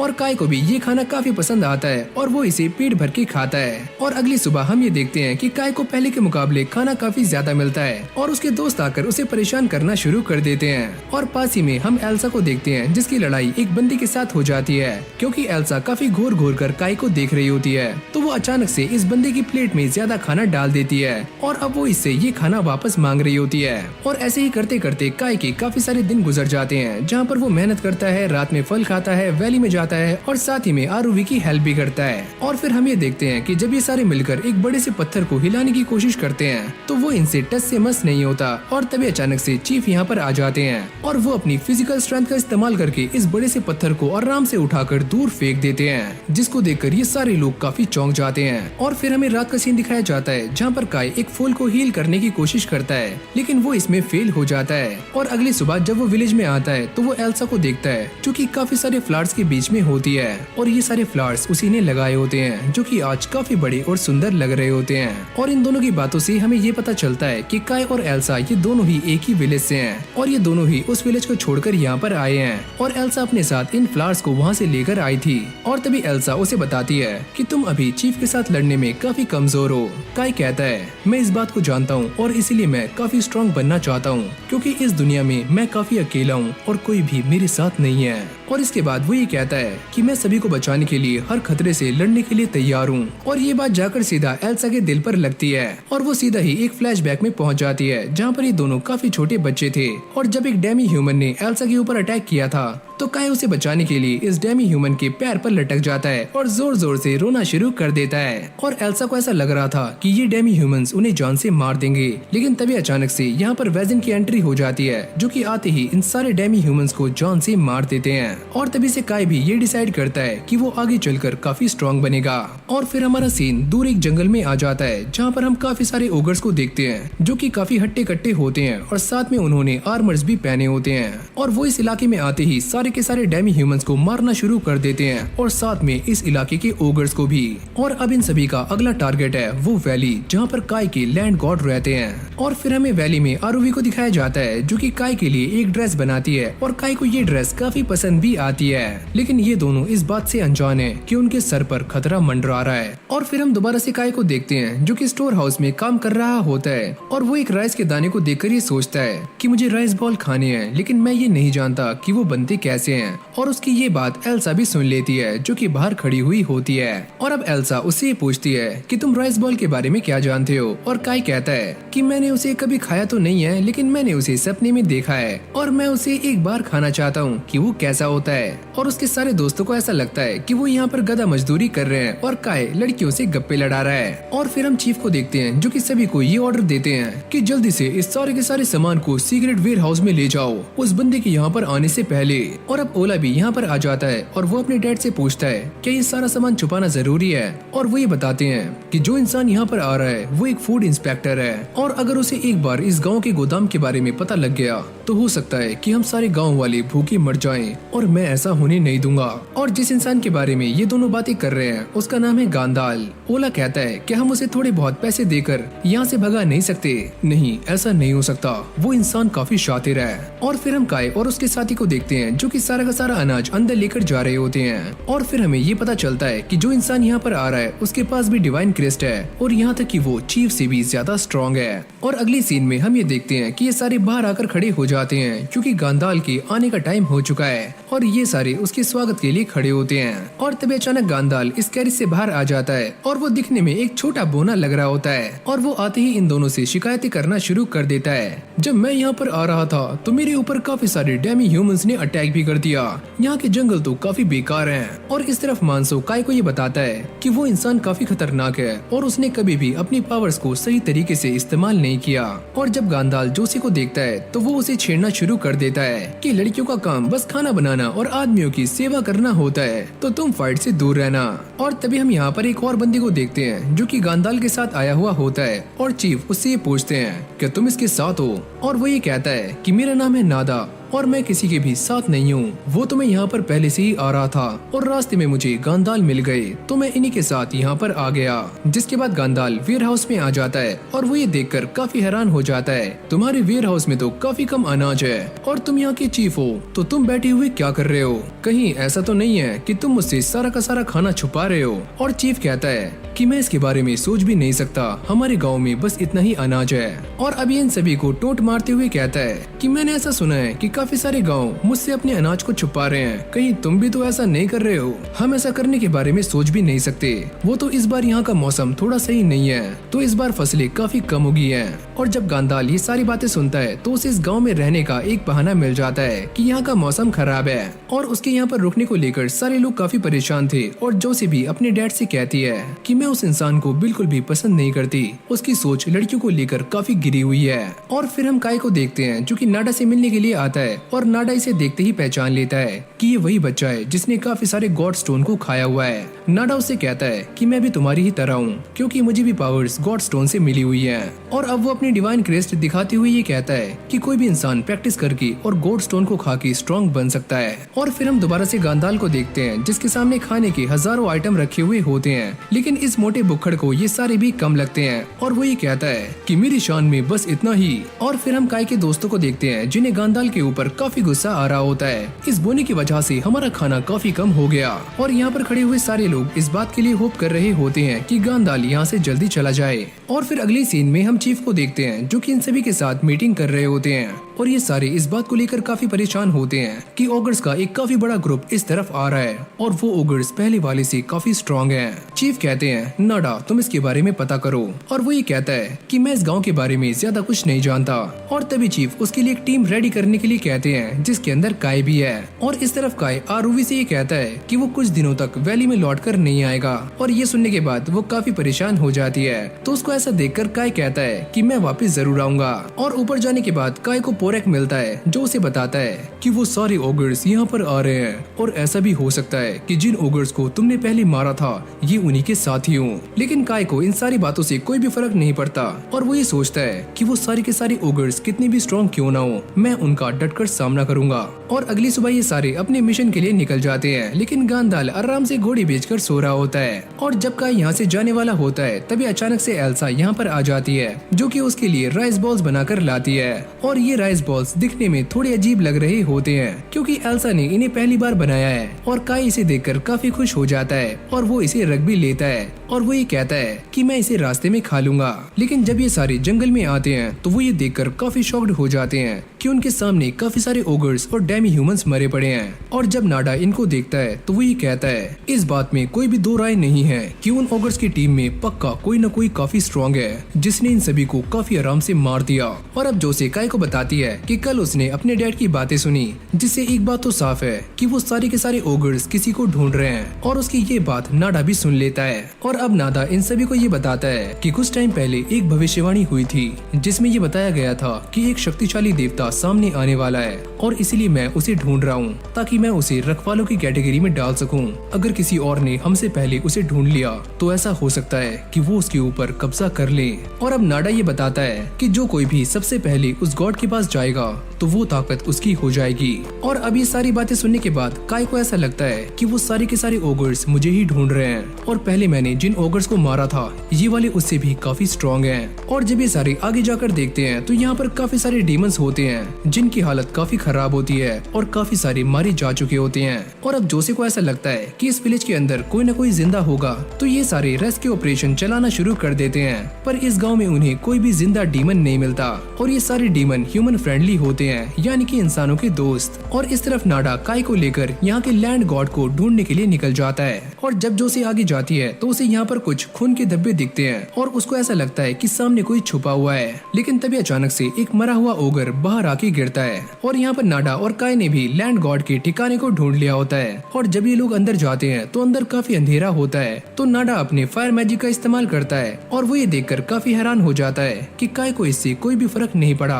और तभी काय बात को टालते हुए ये कहता है कि मैं इसके बारे में ज्यादा नहीं जानता, मैंने तो बस इसके बारे में पढ़ा है। और अब ये दोनों इस जगह के काफी अंदर आ जाते हैं और अपना काम कर रहे होते हैं। लेकिन तभी अचानक वो ये नोटिस करते हैं कि यहाँ पर एक लड़की पड़ी हुई है जिसको लेकर ये दोनों बाहर आ जाते हैं। और ये लड़की भी एक डीमन होती है और इन सभी को ऐसा लगता है कि ये लड़की यहाँ की राजकुमारी है जो कि ओगर्स के साथ फाइट करते करते मारी गई। ऐसा कुछ भी नहीं है, ये एक लड़की है तो ये ओगर्स के साथ फाइट कैसे कर सकती है, इसे तो बस खाना बनाना और बर्तन मांजना ही आता होगा। ये सुनने के बाद जोसे को इस बंदे के ऊपर काफी गुस्सा आता है। और जब नाडा इस डीमन को चेक करके देखता है तो वो ये बताता है कि ये डीमन काफी बहादुर थी और ये एक साथ 3 ओगर्स के साथ फाइट कर रही थी ताकि ये अपने लोगों को बचा सके। और साथ ही में वो ये कहता है कि जब ओगर्स ने इन डीमंस के ऊपर अटैक करके इनके सींगों को काटना शुरू किया तो उसकी आवाज सुनने के बाद ये लड़की भी बाहर आ गई ताकि वो अपने लोगों को बचा सके। और इसी बीच वो भी मारी गई और इसी मौके का फायदा उठाकर उसके सारे लोग यहाँ से भाग पाए और इसीलिए हमें इस विलेज के अंदर ज्यादा लाशें नहीं मिली हैं। और अब ये सारी कहानी सुनने के बाद इस बंदे को भी शर्म आ जाती है और अगली सीन में ये सारे इन डीमंस की ग्रेव बना देते हैं। और नाडा को ये बात समझ नहीं आती कि आखिरकार वो सारे ऑगर्स कहाँ पर जा रहे हैं और वो ये कहता है कि ऐसा भी हो सकता है कि वो उस तरफ वैली में जा रहे हों। और नाडा की ये सारी बातें सुनने के बाद काय काफी ज्यादा पैनिक हो जाता है क्योंकि वो इस बात को जानता है कि वैली में आरुवी है और साथ में पोरक और उसके साथी भी। और इसीलिए वो ये डिसाइड करता है कि वो पहले आगे जाकर सारा कुछ चेक करने वाला है और ये सारे उसकी बात को मान जाते हैं। और यहाँ पर वैली में पोरक को भी इस बात की न्यूज मिल जाती है कि सारे के सारे ओगर्स इस तरफ आ रहे हैं और वो इनके ऊपर कभी भी अटैक कर सकते हैं। अभी यहाँ पर काय भी नहीं है तो सारा कुछ मुझे ही संभालना होगा और मुझे ही उनसे फाइट करनी होगी। और अभी सारे ओला के साथ जंगल में आ जाते हैं जहाँ पर ये सारे डेमी ह्यूमंस को ढूंढ रहे होते हैं। लेकिन तभी अचानक से इन सब की नजर डेमी ह्यूमंस के ऊपर जाती है जो कि संख्या में काफी ज्यादा होते हैं और वो यहाँ पर आग लगाकर आराम से मस्ती कर रहे होते हैं। और अभी सारे छुपकर उन सभी को देख रहे होते हैं और वो ये नोटिस करते हैं कि ये सारे डेमी ह्यूमंस यहाँ पर एरिया को भी बिल्ड कर रहे हैं यानी कि वो इस सारी की सारी जगह पर अपना कब्जा कर रहे हैं। और जब ओला ये सारा कुछ देखता है तो उसे काफी गुस्सा आता है और वो इन सारे के सारे डेमी ह्यूमंस के ऊपर अटैक करने की बात कर रहा होता है, लेकिन उसके साथ ही ऐसा करने से मना कर देते हैं। और एक बंदा ये कहता है कि अभी हम उनके ऊपर अटैक नहीं कर सकते, वो हमसे संख्या में काफी ज्यादा हैं। अगर हमने अभी उनके ऊपर अटैक किया तो ऐसा भी हो सकता है कि हम सारे मारे जाएं। और ओला कहता है कि मैं इन सभी को ऐसे नहीं छोड़ सकता, वरना ये काफी तबाही मचा देंगे। लेकिन ये सारे उसे समझा लेते हैं कि अभी उन सभी को वापस जाना चाहिए और ये बाद में आकर इन सभी के बारे में सोचेंगे कि आगे क्या करना है। और फिर इस तरफ हम काय की लोकेशन को देखते हैं जहाँ पर ये सारे लोग काय का वेट कर रहे होते हैं और वो सारे ये सोचते हैं कि काय अभी तक वापस क्यों नहीं आया। और फिर हम जोसे को देखते हैं और वो ये कहती है कि मेरा दिल काफी घबरा रहा है और मुझे भी काय के साथ जाना चाहिए था। और जब वो काय के पास जाने के लिए आगे बढ़ती है तो नाडा उसे रोक लेता है। तुम्हें आगे जाने की कोई भी जरूरत नहीं है, तुम्हें बस काय के ऊपर भरोसा रखना है। ये बात सुनने के बाद जोसे भी शांत हो जाती है और अब नाडा उसे समझाने के बाद यहाँ से निकल जाता है और वो ये कहता है कि मैं बस अभी आया, मैं प्रे करने के लिए जा रहा हूँ। और फिर हम दोबारा से नाडा को देखते हैं जो कि एक काफी ऊंची जगह पर आ जाता है और यहाँ पर वो मेडिटेशन करना शुरू कर देता है। और तभी अचानक से उसकी बॉडी के अंदर से एक अजीब सा ऑरा निकलना शुरू हो जाता है और उसकी आंखें बाहर निकलकर काय को ढूंढना शुरू कर देती हैं। और इस तरफ काय भी काफी तेजी से भाग रहा होता है ताकि वो जल्दी से जल्दी वैली तक पहुंच सके। लेकिन रास्ते में उसे ओगर्स के पैरों के निशान दिखते हैं जो कि वैली की तरफ ही जा रहे होते हैं। और तभी अचानक से झाड़ियों में हलचल होनी शुरू हो जाती है और काय इससे घबरा जाता है। लेकिन तभी सारे के सारे पोरक्स बाहर आ जाते हैं और काय उन्हें देखकर थोड़ा सा शांत हो जाता है। और तभी पोरक का सरदार यहाँ पर आता है और वो ये कहता है कि हमने इस बात की उम्मीद नहीं की थी कि तुम इतनी जल्दी यहाँ तक आ जाओगे। और अब ये सारे बातें करते हुए जा रहे होते हैं और पोरक्स ये बताते हैं कि वो यहाँ पर इसीलिए हैं ताकि वो वैली को प्रोटेक्ट कर सकें। और काय उनसे कहता है जब मैं यहाँ पर हूँ तो तुम सभी को टेंशन लेने की कोई भी जरूरत नहीं है और वैसे भी वैली को प्रोटेक्ट करना ये मेरी जिम्मेदारी है। वैसे हम सारे भी तो इसी वैली के अंदर रहते हैं तो इसे प्रोटेक्ट करना ये हमारी भी जिम्मेदारी है। और इस छोटे से बहादुर बच्चे का नाम है केचक। हम सभी ने अपने आप को वैली गॉड को समर्पित कर दिया है और यहाँ तक कि हम सभी ने ये भी ठान लिया है कि हम सारे वैली को प्रोटेक्ट करेंगे और तुम्हारा साथ देंगे। काय को भी ये सारी बातें काफी पसंद आती है। लेकिन तभी अचानक वो ये देखते हैं कि काफी सारे ओगर्स वैली की तरफ जा रहे हैं। पोरक कहता है कि हमें इनका सामना करने के लिए एक प्लान बनाना होगा, लेकिन काय इस चीज के लिए मना कर देता है और वो ये कहता है कि हमारे पास अभी इतना टाइम नहीं है, हमें इनका सामना ऐसे ही करना होगा। और जब ये सारे बातें कर रहे होते हैं तभी अचानक से इन ओगर्स का लीडर इन सभी की आवाज सुन लेता है। और इस तरफ गांडाल खाने को ठूस ठूस कर खा रहा होता है, लेकिन वो साथ में इस सारे खाने की बुराई भी करता है। लेकिन इसको देखकर ऐसा लगता है कि ये बोना काफी भुक्कड़ है। और तभी उसकी नजर एल्सा पर जाती है जो कि पास में काम कर रही होती है। अरे सुनो लड़की, क्या तुम मेरे इस गिलास को वाइन से भर दोगी? ये सुनने के बाद एल्सा काफी परेशान हो जाती है और वो ये सोचती है कि मैं अब क्या करूं। पर एल्सा को बचाने के लिए यहाँ पर एक और लेडी आ जाती है जो कि इस बोने को वाइन सर्व करती है। और अब ये दोनों बाहर आ जाते हैं जहाँ पर एल्सा इस लेडी को थैंक यू बोल रही होती है और वो ये कहती है अरे कोई बात नहीं पुत्र, मैं इस बात को जानती हूँ कि तुम्हारा वो क्रश अभी बाहर गया हुआ है, तो तुम चिंता मत करो, मैं तुम्हारे साथ हूँ तुम्हें प्रोटेक्ट करने के लिए। और तभी यहाँ पर ओला भी आ जाता है जो कि अपने डैड से बात करने के लिए आगे जा रहा होता है। और फिर हम काय को देखते हैं जो कि केचक के साथ मिलकर इन सारे के सारे ओगर्स से फाइट कर रहा होता है और ये दोनों मिलकर काफी सारे ओगर्स को ठिकाने भी लगा देते हैं। और अब ये सारे के सारे ओगर्स काय के सामने खड़े हुए होते हैं और काय उनसे कहता है कि तुम सारे यहाँ से आगे नहीं जा सकते और मैं तुम सभी को वैली में जाने नहीं दूंगा। और अब ये सारी बातें सुनने के बाद इन ओगर्स की फटनी शुरू हो जाती है। लेकिन काय भी इस बात को देखकर काफी हैरान हो जाता है कि इन सभी का लीडर सामने आ रहा है। और जब ये लीडर सामने आता है तो वो भी अपनी डिवाइन क्रिस्ट को एक्टिवेट कर लेता है, जिससे एक बात तो साफ हो जाती है कि ये लीडर भी एक गार्डियन बियरर है। और तभी पोरक ये कहता है कहीं ये वही तो नहीं है जिसे हम रिक्टोरस के नाम से जानते हैं। काय पूछता है कि वो कौन होते हैं। इन ओगर्स के बीच में 6 ऐसे ओगर्स हैं जो कि सबसे ज्यादा पावरफुल हैं और उन्हें ही सबसे ज्यादा पावरफुल लैंड गॉड की ब्लेसिंग्स मिली हुई हैं और साथ में ताकत भी। ये बातें सुनने के बाद काय भी इस बात को समझ जाता है कि जो मेरे सामने ओगर खड़ा हुआ है वो कोई आम ओगर नहीं है। अगर ये सारे पोरक्स इसके सामने आए तो ये उन्हें जान से मार देगा। और वो सभी को पीछे हटने के लिए कह देता है और साथ में अपनी डिवाइन क्रिस्ट को भी एक्टिवेट कर लेता है। और साथ ही में यहाँ पर नाडा की आंखें भी आ जाती हैं और वो भी ये सारा कुछ देख रही होती हैं। नाडा ये समझ जाता है कि मुझे इस बच्चे के ऊपर पहले से ही शक था कि इसके पास डिवाइन क्रिस्ट है और शायद से मैं जिस गॉड को ढूंढ रहा हूँ, ये बच्चा वही गॉड है। और अब ये ओगर इंसानी भाषा में काय से बातें कर रहा होता है। तो तुम वही हो जिसने उन सारे के सारे ओगर्स को जान से मारा है, और तुम तक पहुंचने के लिए मैंने काफी पापड़ बेले, लेकिन इन पोरक्स ने मेरी काफी हेल्प की और मैं इनका पीछा करते करते तुम तक पहुंच गया। काय भी ये सुनकर काफी शॉक्ड हो जाता है, लेकिन तभी अचानक से उसे वैली गॉड की आवाज आती है कि तुम इन सारे के सारे ओगर्स को खत्म कर दो।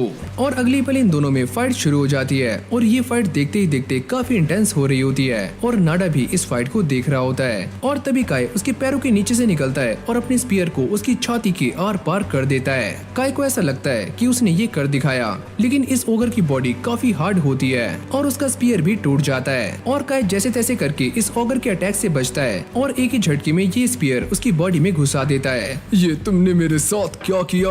मैं तुम्हें जान से मार दूंगा। लेकिन ये सारे के सारे लोग इस बात को देखकर काफी चौंक जाते हैं कि जैसे ये ओगर अपनी बॉडी से उस स्पीयर को बाहर निकालता है तो उसकी पूरी की पूरी चोट एक ही सेकंड में हील हो जाती है। और इन सभी को ऐसा लगता है कि ये उसकी गार्डियन बियरर की पावर्स हैं, लेकिन पोरक ये बताता है कि गार्डियन बियरर भी इतनी जल्दी अपने घाव को हील नहीं कर सकते। तो अब तुम मेरे हाथ लगी गए और अब मैं तुम्हें जान से मार दूंगा। और मुझे ये बात सुनकर काफी अजीब लगा कि वैली गॉड ने तुम्हें चुना है। तुम तो काफी कमजोर हो, तुम ये जो भी करना चाहते हो मैं वो तुम्हें करने नहीं दूंगा। और अब काय के सामने सभी लोगों के फ्लैशबैक्स आने शुरू हो जाते हैं जो कि इस वैली के अंदर रहते हैं। और अगली पल काय एक जोरदार फायर अटैक करके इस ओगर के हाथ को भून देता है, और नाडा भी ये सारा कुछ देखकर काफी शॉक्ड हो जाता है। ये पावर्स ये तो काफी ज्यादा हैं। अरे वाह दद्दू, ये इंसान तो काफी कमाल का है। चलो ये भी काफी अच्छा हुआ कि ये बच्चा मैजिक का इस्तेमाल कर सकता है। काय इस ओगर को भूनने के लिए अपने फायर मैजिक का अटैक कर रहा होता है, लेकिन इससे उसे घंटा फर्क नहीं पड़ता। उल्टा वो काय के पेट में एक जोरदार लात मारता है। और इस तरफ नाडा जो कि ये सारा कुछ देख रहा होता है वो ये बताता है इसे मारना इतना भी आसान नहीं है, क्योंकि ये भी एक गार्डियन बियरर है और लैंड गॉड इसकी रक्षा कर रहे हैं। और ये लैंड गॉड का एक काफी सिंपल टास्क है कि वो अपनी गार्डियन बियरर की रक्षा करते हैं। और फिर हम दोबारा से इस ओगर को देखते हैं जिसके ऊपर काय के फायर मैजिक का कोई भी असर नहीं होता, और वो अपनी सारी की सारी इंजरीज को बड़ी आराम से हील भी कर लेता है। जितना मैंने सोचा था ये ओगर तो उससे भी ज्यादा स्ट्रॉन्ग है, तो मैं इसे कैसे हराऊं। और इस तरफ ये विलेजर्स सारी तैयारियां कर रहे होते हैं, क्योंकि वो इस बात को जानते हैं कि ओगर्स उनके ऊपर कभी भी अटैक कर सकते हैं। और एल्सा को भी काय की चिंता हो रही होती है। और जब काय इस ओगर के ऊपर अपने डैगर से अटैक करता है तो वो भी टूट जाता है, और साथ में वो सारे के सारे राइस बॉल भी नीचे गिर जाते हैं जो कि एल्सा ने उसे दिए थे। और काय भी घुटनों पर आ जाता है। नाडा भी ये सारा कुछ देखकर काफी परेशान हो जाता है। अरे दद्दू, काय को बचा लो। और वो ये सोचता है अगर मैंने जल्दी ही कुछ ना किया तो ये सारे के सारे लोग और वैली तबाह हो जाएगी। और तभी उसकी आंखों के सामने वो सारे के सारे मोमेंट्स आने शुरू हो जाते हैं जो कि काय ने अभी तक जिए हैं। और जब काय इन राइस बॉल्स को कलेक्ट करने की कोशिश करता है तो ये ओगर उन्हें कुचल देता है। और अब वो काय को जान से मारने ही वाला होता है, लेकिन तभी काय अपनी टेक्निक को एक्टिवेट कर लेता है, जिससे उसके हाथ में मॉलिक्यूलर ब्लेड आ जाता है और वो एक ही झटके में इस ओगर के हाथ को काट देता है। ये तुमने मेरे साथ क्या किया और मैं इसे दोबारा से रीजनरेट क्यों नहीं कर पा रहा हूँ। और फिर ये ओगर काफी गुस्से में आकर काय पर दोबारा से अटैक करता है, और काय अपनी ब्लेड की पावर को इनसेन लेवल तक ले जाता है। पूरक कहता है ये पावर तो काफी खतरनाक है, जो कि नेचर के रूल्स को भी सरपास करती हैं। और अगले ही पल काय एक ही स्लैश मारकर इस ओगर के आर्मर को तोड़ देता है, और ये ओगर भी इंजर्ड होकर नीचे गिर जाता है। नाडा भी ये सारा कुछ देखकर काफी हैरान हो जाता है, और वो ये कहता है कि काय ने अभी जिन पावर्स का इस्तेमाल किया है वो एक तरह की एंशिएंट डिवाइन पावर है, जिसके बारे में मैंने बस सुना है। जिसके बाद काय इस ओगर का गॉड स्टोन बाहर निकाल लेता है, और वो ये कहता है कि अब से ये मेरा हुआ।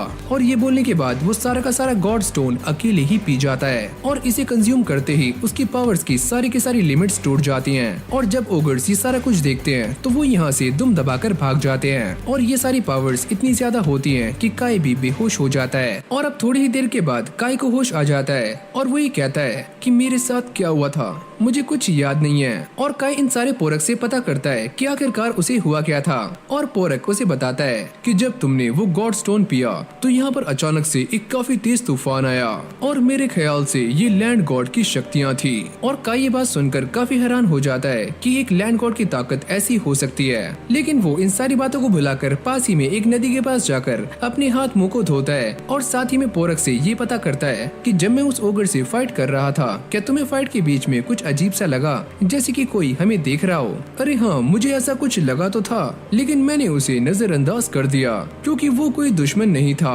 और अब काई यहाँ से जाने के लिए तैयार हो जाता है और वो जाने से पहले इन सभी को अलविदा भी करता है और साथ ही में वो एल्सा के बनाए हुए राइस बॉल्स को भी खा लेता है, जिससे उसकी पेट पूजा हो जाती है। और जैसी काई वहाँ पहुँचता है तो मानसो उसे बताता है कि जोशी की तबीयत काफी खराब है। और जब काई उसे जाकर देखता है तो वो ये नोटिस करता है कि जोशी के पैर पर एक अजीब सा निशान है, जिसको देखकर वो पैनिक हो जाता है। लेकिन तभी नादा भी यहाँ पर आ जाता है और वो ये कहता है कि शायद से मैं इस निशान के बारे में जानता हूँ। लेकिन आगे बढ़ने से पहले वो काई से ये पता करता है कि तुम जिन ओगर्स का पीछा कर रहे थे उनका क्या हुआ। ये वक्त ऐसी बातें करने का नहीं है, तुम बस जोशी के ऊपर ध्यान दो। लेकिन नादा अपनी बात पर जोर डालते हुए ये कहता है कि मैं इसके बारे में जानना चाहता हूँ। और अब काई उससे झूठ बोलते हुए उसे ये बताता है कि जब मैं वहाँ पहुँचा तो किसी ने पहले से ही उन सारे ओगर्स को जान से मार दिया था। और फिर नाडा भी इन सारी बातों को इग्नोर करते हुए ये कहता है कि चलो इन सारी बातों को छोड़ते हैं और पहले जोशी को लेकर दोबारा से लैग विलेज में चलते हैं ताकि इनका सही से इलाज हो सके। और जब ये सारे वापस जा रहे होते हैं तो नाडा ये नोटिस करता है कि काई के कपड़ों पर ओगर का ब्लड लगा हुआ होता है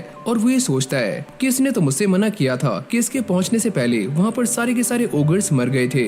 और अब ये सारे लैग विलेज में आ जाते हैं, लेकिन वो ये देखकर काफी हैरान हो जाते हैं कि इस विलेज की हालत काफी खराब है। और फिर काई जल्दी से भागकर बास्को के पास जाता है और उससे ये पूछता है कि यहाँ पर क्या हुआ। और बास्को उसे ये बताता है कि हमारे इस गांव पर डेमी ह्यूमंस ने अटैक कर दिया था, लेकिन हमारे चीफ काफी स्ट्रॉन्ग थे तो उन्होंने ये सारा कुछ संभाल लिया, लेकिन वो इस गांव को बर्बाद होने से बचा नहीं पाए। और फिर काई भागते हुए टाउन हॉल में आ जाता है जहाँ पर सारे के सारे लोग इंजर्ड होते हैं और वो जोर से एल्सा का नाम पुकारता है और ये सोचता है कि शायद से एल्सा इसमें जिंदा बच गई होगी। और अब वो चलते चलते एल्सा के पास आ जाता है और उसे सही सलामत देखकर उसकी जान में जान आ जाती है। और एल्सा भी इसे देखकर काफी खुश होती है कि काई अभी तक जिंदा है। यहाँ पर चीफ अपने दोनों बच्चों को देख रहे होते हैं जिनकी हालत काफी खराब होती है और इन दोनों के पैरों पर ही सेम निशान होते हैं। मेरे दोनों बच्चों के पैरों पर एक जैसे निशान है और ये निशान क्यों है मैं इसके बारे में जानता हूँ। और अगली सीन में हम ये देखते हैं कि कुछ सोल्जर्स इन डेमी ह्यूमंस के ऊपर निगरानी रख रहे होते हैं और वो ये देखते हैं कि ये डेमी ह्यूमंस पहले के मुकाबले में काफी ज्यादा हो चुके हैं। और इस तरफ हम काई को देखते हैं जो कि एल्सा से बातें कर रहा होता है और एल्सा उसे बताती है कि जब उनके गांव के ऊपर अटैक हुआ तो वो अपनी मॉम को लेकर टाउन हॉल में आ गई और इसीलिए वो दोनों जिंदा बच पाए। काई उसके बनाए हुए राइस बॉल्स की तारीफें करता है कि तुमने जो राइस बॉल्स बनाए थे वो काफी अच्छे थे। लेकिन इससे पहले वो अपनी बात कंप्लीट कर पाता तभी मानसो यहाँ पर आ जाता है, चलो तुम्हें चीफ ने बुलाया है। और यहाँ पर काई चीफ को बताता है कि सारे के सारे ओगर्स खत्म हो चुके हैं और चीफ को ये सुनकर काफी राहत मिलती है। लेकिन वो ये कहते हैं कि सारे के सारे ओगर्स तो खत्म हो चुके हैं, लेकिन ये डेमी ह्यूमंस अब भी हमारा सर दर्द बने हुए हैं। और फिर काई चीफ से ये पूछता है कि इन दोनों को क्या हुआ और चीफ ये बताते हैं कि डेमी ह्यूमंस ने इन दोनों के लैंड गॉड्स को श्राप दे दिया है, जिससे इन दोनों की हालत ऐसी हो चुकी है। और मैं ये बात भी जानता हूँ कि वो डेमी ह्यूमंस दोबारा से हमारे ऊपर अटैक करने वाले हैं। और नाडा ये बताता है कि अगर इन दोनों का श्राप हट भी गया तो इन दोनों की लड़ने की ताकत खत्म हो जाएगी, यानी कि ये दोनों काफी कमजोर पड़ जाएंगे। लेकिन चीफ को काई के ऊपर पूरा विश्वास होता है और वो ये कहते हैं अब तुम ही हो जो कि हमारी हेल्प कर सकते हो, लेकिन तुम्हें हमारी हेल्प करने के लिए इन दोनों की लैंड गॉड के पास जाना होगा, यानी कि एडा विलेज और एल्क विलेज। और अब ये दोनों कमरे से बाहर आ जाते हैं, लेकिन तभी अचानक से उन्हें गांदाल के चिल्लाने की आवाज आती है और यहाँ से एक लड़की काफी तेज से भागती हुई जाती है। काय कहता है हम इस बंदे की भी तो हेल्प ले सकते हैं, पर नाडा उसे मना कर देता है कि ये इंसान काफी आलसी है और मुझे ऐसा नहीं लगता कि ये हमारी हेल्प करेगा। और फिर काय एल्सा के पास आ जाता है और साथ ही में उसे थैंक यू भी करता है कि उसके राइस बॉल्स काय के काफी काम आए। वैसे मैं तुम्हें ये बताने के लिए आया था, मैं एक और मिशन के लिए जा रहा हूँ, लेकिन मैं तुमसे प्रॉमिस करता हूँ मैं काफी जल्दी आ जाऊंगा।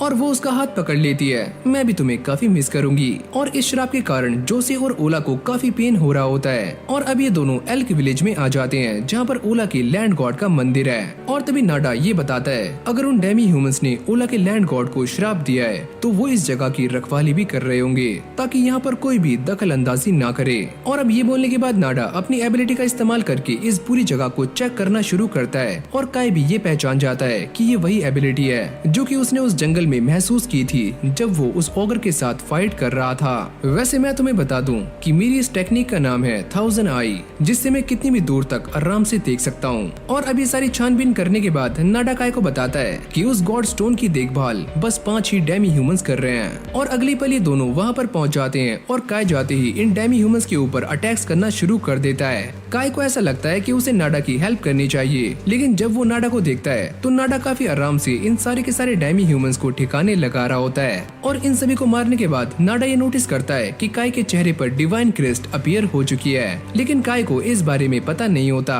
और तभी नाडा उसके सामने झुक जाता है और वो ये कहता है कि प्लीज हमारी हेल्प करो, मैं तुम्हारी ताकत के बारे में जान चुका हूँ। और काय भी उसकी हेल्प करने के लिए मान जाता है और अब वो पहरा दे रहा होता है और नाडा इस ग्रेव स्टोन को साफ करना शुरू करता है। और अब नाडा उसे कहता है कि हमें तुम्हारी ताकत की काफी जरूरत है, क्योंकि गांधाल जैसे लोग अपनी पावर्स का सही इस्तेमाल नहीं कर रहे हैं, जिससे हमारे राजा काफी कमजोर पड़ चुके हैं और उसका असर तुम अपने आसपास देख ही सकते हो। और अब बारी आती है यहाँ के लैंड गॉड के श्राप को हटाने की और नाडा अपने काम पर लग जाता है। काय उससे पूछता है कि तुम इसके ऊपर क्या डाल रहे हो, और तभी नाडा उसे बताता है कि यहाँ के जो देवता हैं वो लैग विलेज के देवता की सेवा करते हैं और लैग विलेज का जो भी सरदार है यानी कि वहाँ का गार्डियन बीरर, मैं उसके ब्लड का इस्तेमाल कर रहा हूँ जिससे इस श्राप को हटाया जा सकता है। और जब नाडा इस ग्रेव स्टोन के ऊपर ब्लड को डालता है तो वो अचानक से गायब हो जाता है और नाडा ये बताता है कि हमारी ये रस्म पूरी हो चुकी है और अब बारी है एडा विलेज की। फिर हम शाम का सीन देखते हैं जहाँ पर नाडा काय को ये बताता है इन सारे के सारे डेमी ह्यूमंस ने पहले यहाँ के लैंड गॉड को कमजोर किया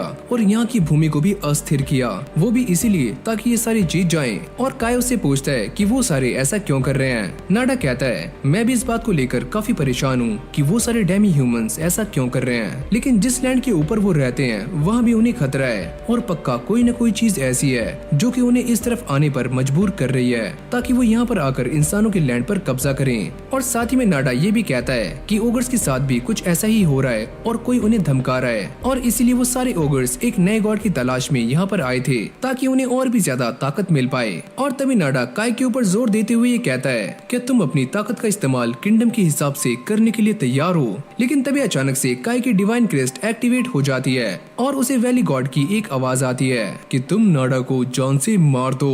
लेकिन अभी ये दोनों इन सारी बातों को भूलकर एडा विलेज में आ जाते हैं और यहाँ पर आने के बाद सारे के सारे डेमी ह्यूमंस को खत्म करना शुरू कर देते हैं। और फिर हमें ओला को दिखाया जाता है जिसका कर्ज धीरे धीरे कम हो रहा होता है, लेकिन उसकी तबीयत में बिल्कुल भी सुधार नहीं आता। और फिर हम नाडा को देखते हैं जो कि इस ग्रेव स्टोन के ऊपर वेजिन के ब्लड का इस्तेमाल कर रहा होता है और ये दोनों मिलकर फाइनली इन दोनों के कर्ज को दूर कर देते हैं और फिर ये दोनों बाहर आ जाते हैं। लेकिन काय इस बात को लेकर काफी परेशान था कि वैली गॉड नाडा के ऊपर गुस्सा क्यों हुए थे और उन्होंने इसे मारने का ऑर्डर क्यों दिया था। तो तुमने सोच लिया कि तुम क्या करने वाले हो। वैसे अगर तुम किंगडम की हेल्प करोगे तो तुम्हें भी काफी फायदा होने वाला है। और इस जगह पर नाडा उसे अपनी सारी बातें मनवाने की पूरी कोशिश कर रहा होता है और वो ये कहता है कि अगर तुम एक बार किंगडम की हेल्प करोगे तो तुम भी काफी स्ट्रॉन्ग हो जाओगे, जिससे तुम आगे चलकर लैग विलेज में किसी की भी रक्षा कर सकते हो जिसे तुम बचाना चाहते हो। और फिर हम जोसे को देखते हैं जिसकी हालत में पहले से काफी सुधार आ गया होता है और यहाँ पर नाडा काय को समझाते हुए ये कहता है कि हमारे लिए वो सारे ओगर्स और डेमी ह्यूमंस कोई भी मायने नहीं रखते, तो तुम अपनी शक्तियों का इस्तेमाल किंगडम के लिए कर सकते हो। लेकिन ये बात सुनने के बाद काय को काफी गुस्सा आ जाता है और वो ये कहता है कि मैं ऐसा नहीं कर सकता क्योंकि मैं एक गार्डियन बीरर हूँ और एक लैंड गॉड और गार्डियन बीरर की ये रिस्पॉन्सिबिलिटी होती है कि वो अपने लैंड में रहने वाले सभी लोगों की रक्षा करे, चाहे फिर वो ओगर्स हो या फिर डेमी ह्यूमंस। अगर तुम ऐसा ही सोचते हो तो मैं इसके बारे में किंगडम से बात करूंगा। और तभी अचानक हम ये देखते हैं कि नाडा एक वेपन को बाहर निकालकर काय की बॉडी में घुसा देता है और इस तरफ भी the most powerful guardian bearers demi humans पहुंच चुके होते हैं और वो ये देखते हैं कि ग्रेव स्टोन के आसपास उनके सारे के सारे साथी मारे जा चुके हैं, जिनको देखकर उन्हें काफी ज्यादा गुस्सा आता है। और फिर हम दोबारा से काय को देखते हैं जिसको इस बात के ऊपर यकीन नहीं होता कि नाडा उसके साथ ऐसा कर सकता है और इस जगह पर काय की हालत काफी खराब हो रही होती है। और तभी नाडा उसको बताता है कि मैंने तुम्हें मारने के लिए जिस वेपन का इस्तेमाल किया है वो एक खास तरह का वेपन है जिससे गार्डियन बीरर की पावर्स को कंट्रोल किया जा सकता है और हाँ, इससे तुम थोड़ी देर तक अपनी पावर्स को इस्तेमाल नहीं कर पाओगे। और अब नाडा उसे चिढ़ाना शुरू कर देता है कि तुम अपनी ताकत का इस्तेमाल उन लोगों के लिए करना चाहते हो जो कि तुम्हारे लिए मायने रखते हैं। ये तो काफी बड़ी बेवकूफी है। और अब देखते ही देखते काय की हालत काफी खराब होनी शुरू हो जाती है। मैं तुम्हें मारकर तुम्हारा गॉड स्टोन पी लूंगा जिससे मेरी ताकत पहले से काफी गुना बढ़ जाएगी।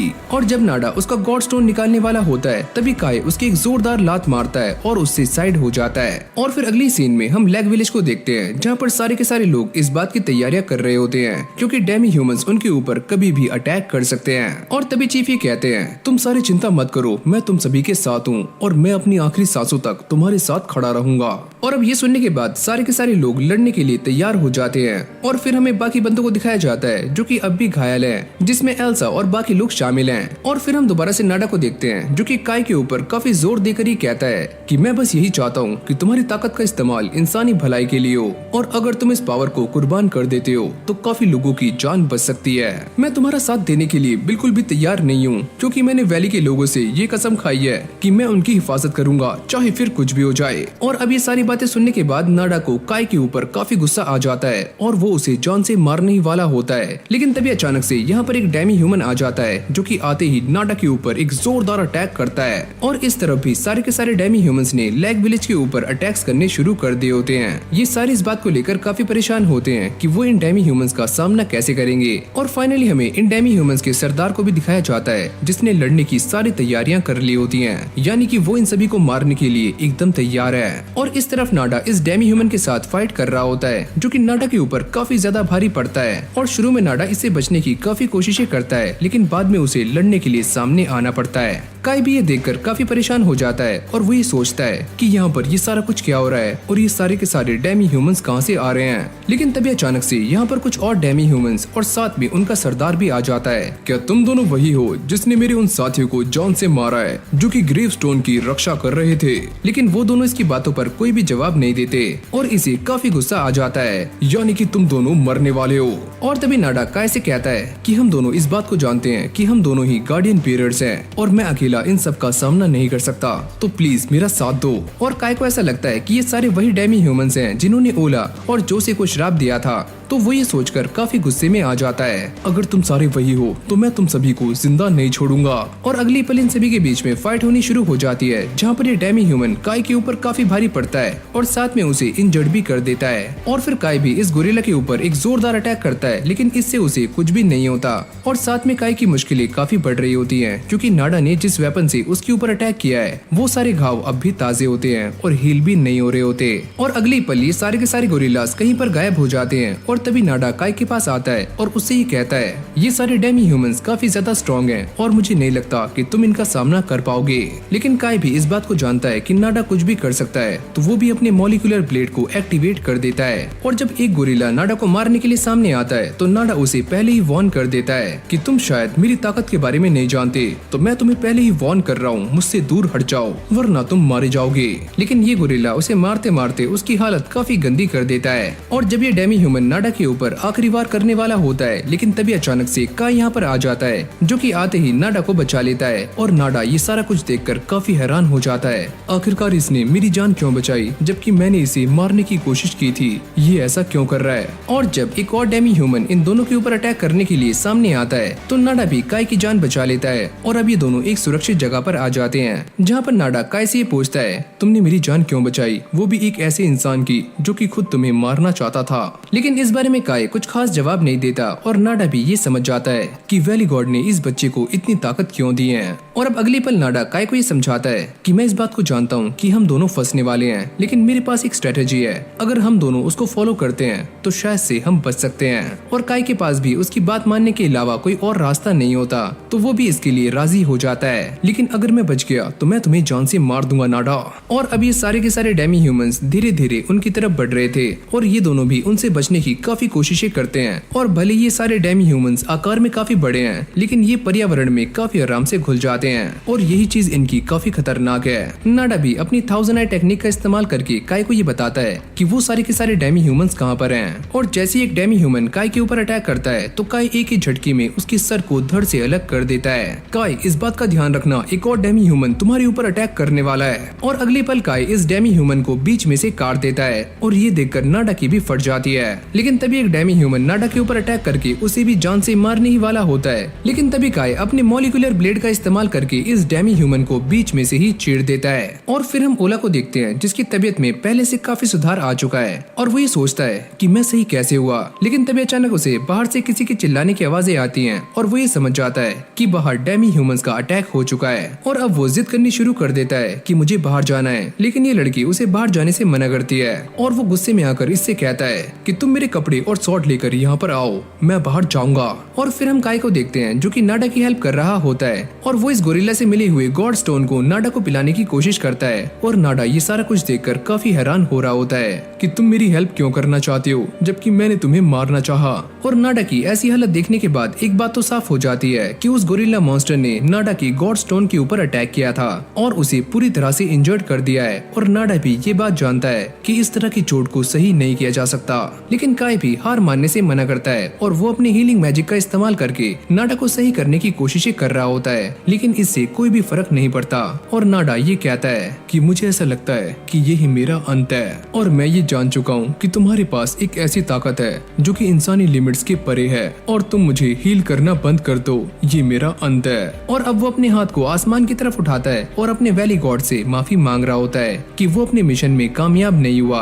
और नाडा की भी यही इच्छा थी कि वो काय की इस पावर को देख पाए और ऐसा करते करते वो भी मारा जाता है। और अब यहीं से हमारा सीन शिफ्ट हो जाता है जहाँ पर हम जोसे को देखते हैं और वो एक काफी तेज धमाके के साथ खड़ी होती है और वो ये पूछती है कि बाहर क्या हो रहा है। और ये लड़की उसे बताती है कि बाहर सारे के सारे डेमी ह्यूमंस ने हमारे ऊपर अटैक्स करने शुरू कर दिए हैं और हम सारे काफी खतरे में हैं। और जब जोसे ये सारी बातें सुनती है तो उसे भी काफी गुस्सा आता है कि वो इन सभी के लिए कुछ भी नहीं कर पा रही है। यहाँ तक कि आपके डैड ने ये भी कहा है कि अगर ये डेमी ह्यूमंस यहाँ तक आ जाते हैं तो आपको लैग विलेज छोड़ के यहाँ से भाग जाना है। और जब जोसे बाहर आती है तो वो ये नोटिस करती है कि कॉरिडोर में काफी सारे लोग बैठे हुए हैं और वो इन सभी को मोटिवेट करना शुरू कर देती है कि तुम सभी को हमारा साथ देना होगा और साथ ही में वो सारी चीजें भी कलेक्ट कर लो जो कि हमारे काम आ सकती है। हम इन सारे के सारे डेमी ह्यूमंस को यहाँ से भगा देंगे। और फिर हम गांदाल को देखते हैं जो कि यहाँ से भागने का ट्राई कर रहा होता है। लेकिन तभी अचानक उसके सामने एक काफी बड़ा पत्थर आकर गिरता है जिससे गांदाल की फट जाती है। अबे ओए कौन है भूतनी के, किसने फेंका? और इससे एक बात तो साफ हो जाती है कि ये इंसान काफी फट्टू है। और फिर हम एल्सा को देखते हैं जो कि सारे के सारे सोल्जर्स को खाना खिला रही होती है ताकि उन सभी के अंदर एनर्जी बनी रहे और वो सारे एल्सा को थैंक यू भी कहते हैं। लेकिन जब इनकी नजर गांदाल पर जाती है तो इन सभी को भी ऐसा लगता है कि गांदाल भी फाइट में घुसने की ट्राई कर रहा है और वो ये ट्राई कर रहा है कि वो इस गेट को खोल पाए।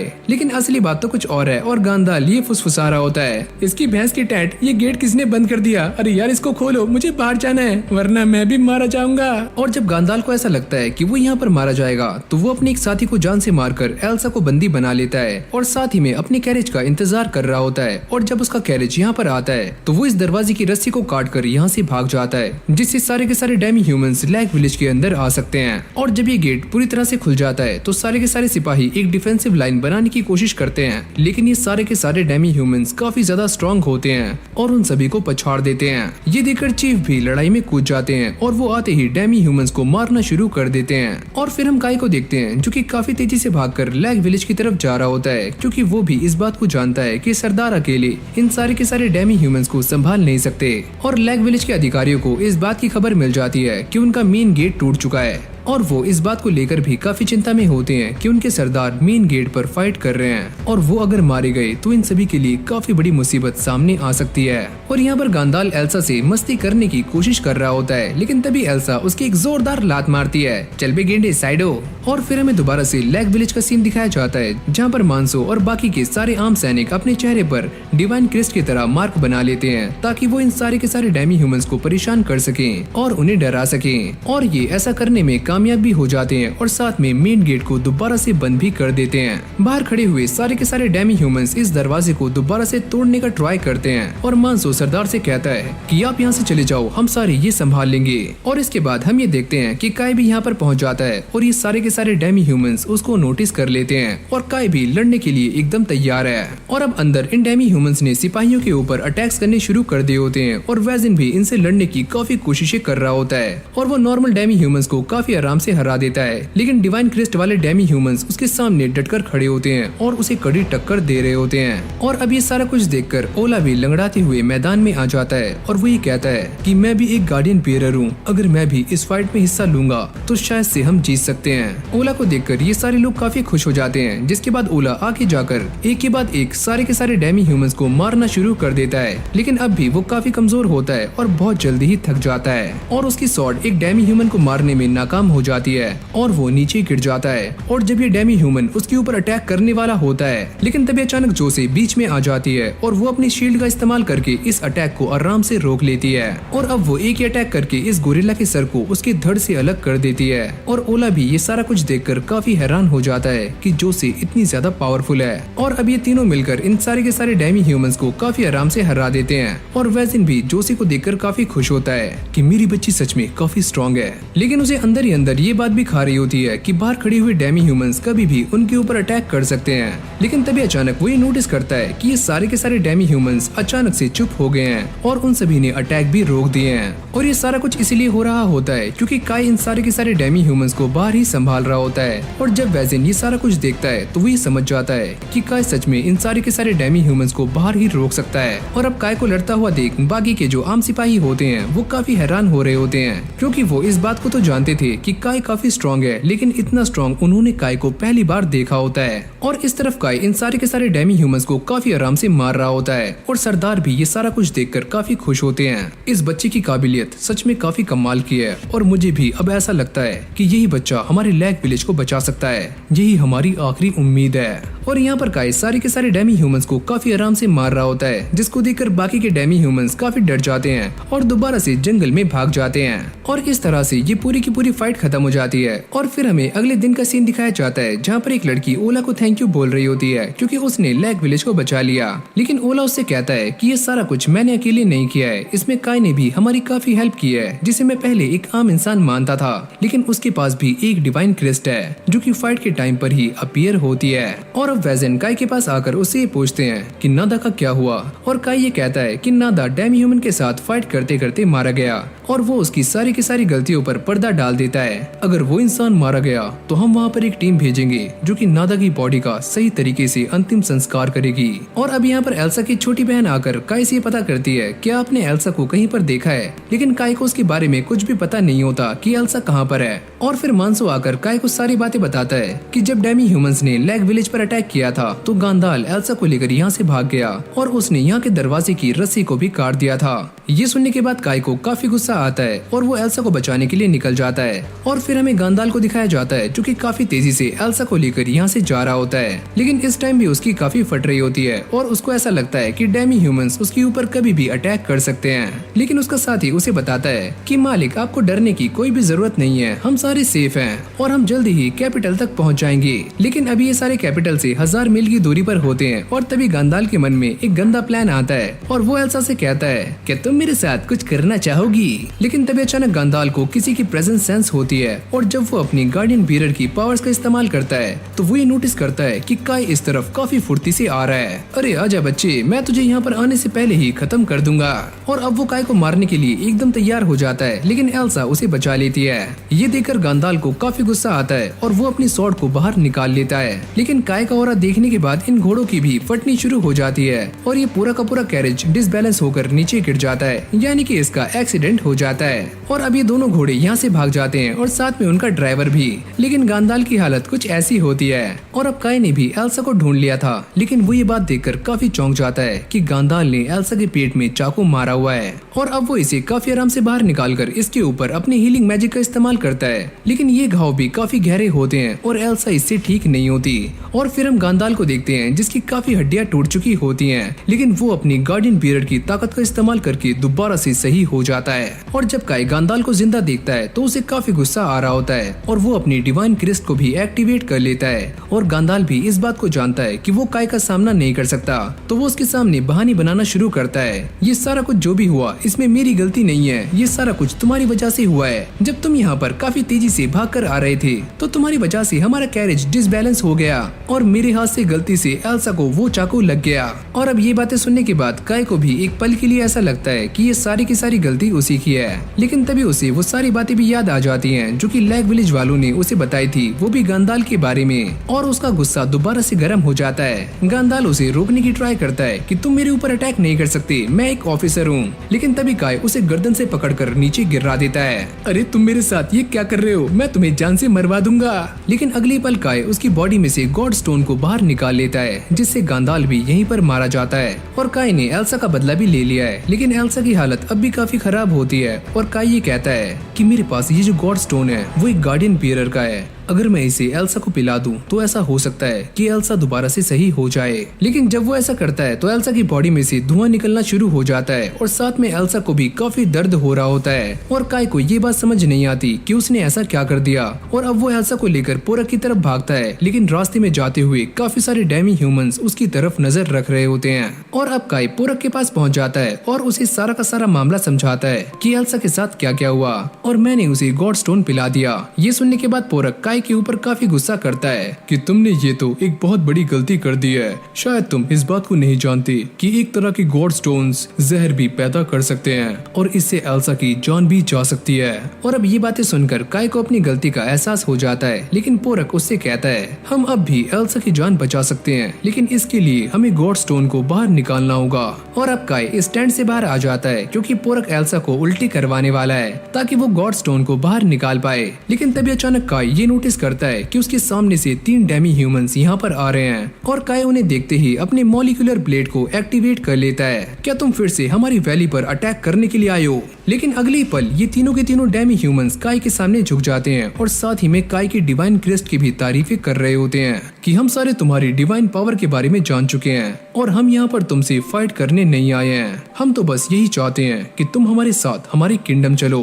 और जब काय इन डेमी ह्यूमन से बातें कर रहा होता है तो ये डेमी ह्यूमंस बताते हैं कि काय के चेहरे पर जो डिवाइन मार्क है वो लॉर्ड कैनाई का है, जिसकी ये सारे डेमी ह्यूमंस पूजा करते हैं। यानी कि अभी काय इन सभी का लॉर्ड बन चुका है। लेकिन काय को ये सारी बातें समझ नहीं आती कि ये डेमी ह्यूमंस उसे अपना लॉर्ड क्यों बुला रहे हैं। और फिर हम एल्सा को देखते हैं जिसकी हालत में पहले से तो थोड़ा बहुत सुधार होता है। और पोरक ये बताता है कि हमने इसके ऊपर सारा कुछ ट्राई कर लिया है और मेरे ख्याल से ये जल्दी ही ठीक हो जाएगी। और जब पोरक काय को ये सारी बातें बताने के लिए बाहर आता है तो वो ये नोटिस करता है कि काय के सामने 3 डेमी ह्यूमंस खड़े हुए हैं। और वो ये सोचता है कि यहाँ पर ये सारा कुछ क्या चल रहा है। और इन तीनों के बीच में एक डेमी ह्यूमन जिसका नाम टोरुड होता है वो ये कहता है कि काय हमारे लॉर्ड बन चुके हैं, क्योंकि इनके चेहरे पर जो डिवाइन क्रेस्ट है वो लॉर्ड कैनाई की है। और साथ में टोरुड अपने मंकी लैंड के बारे में भी बताता है और वो ये कहता है कि हमारा मंकी लैंड जिसका नाम हेजू है वहाँ पर डियाबो ने अपना कब्जा कर लिया है और हम सभी को वहाँ से खदेड़ दिया है। हमारे पास ना तो रहने की जगह है और ना ही खाने के लिए खाना।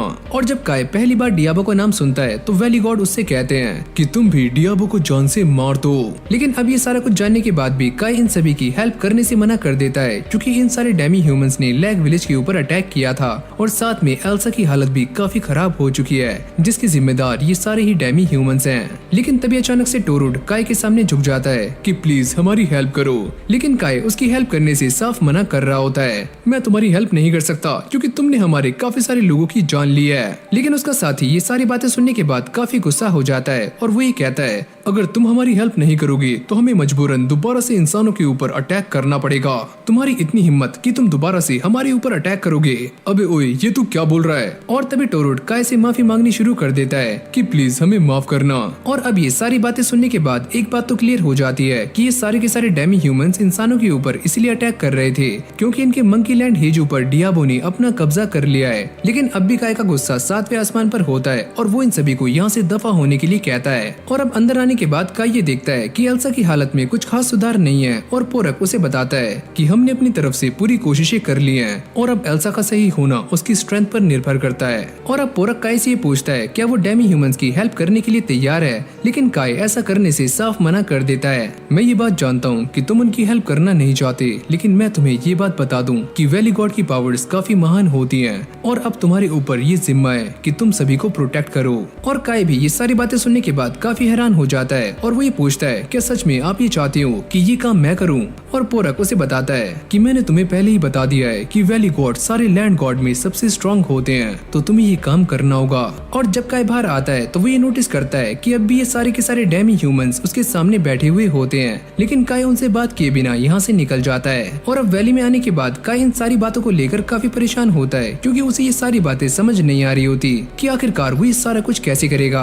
और जब काय ये सारी बातें सोच रहा होता है तो उसे काफी गुस्सा आना शुरू हो जाता है, जिसके बाद वो वैली गॉड के ऊपर भी गुस्सा करना शुरू कर देता है कि आपने मुझ जैसे नल्ले को अपनी ये सारी पावर्स क्यों दी। और फिर काय पास में लगी हुई एक फ्लावर को भी तोड़ने की कोशिश करता है, लेकिन तभी आरुवी यहाँ पर आ जाती है और वो काय को रोक लेती है। लेकिन काय के गुस्से को देखकर आरुवी काफी डर जाती है और उसे ये बात समझ नहीं आती कि आखिरकार काय के साथ क्या हुआ है। और अब काय पोरक के पास आ जाता है और उससे ये कहता है कि वो दोबारा से लैग विलेज में जा रहा है, क्योंकि वहाँ पर सारे लोग उसका इंतजार कर रहे होंगे। और साथ ही में वो ये कहता है कि मैं इन डेमी ह्यूमंस की हेल्प करूंगा या फिर नहीं, इसके बारे में मैंने अभी सोचा नहीं है। ये बोलने के बाद काय यहाँ से चला जाता है। टोरूट कहता है हमें ऐसा नहीं लगता कि हमारे लॉर्ड हमारी हेल्प करेंगे। और फिर हम काय को देखते हैं जो कि लैग विलेज में आ चुका है और सारे लोग उसको देखकर काफी खुश होते हैं और वो उससे एल्सा और गांडाल के बारे में पता करते हैं, लेकिन काय उन्हें कुछ भी नहीं बताता और वो ये कहता है कि वो दोनों मुझे नहीं मिले।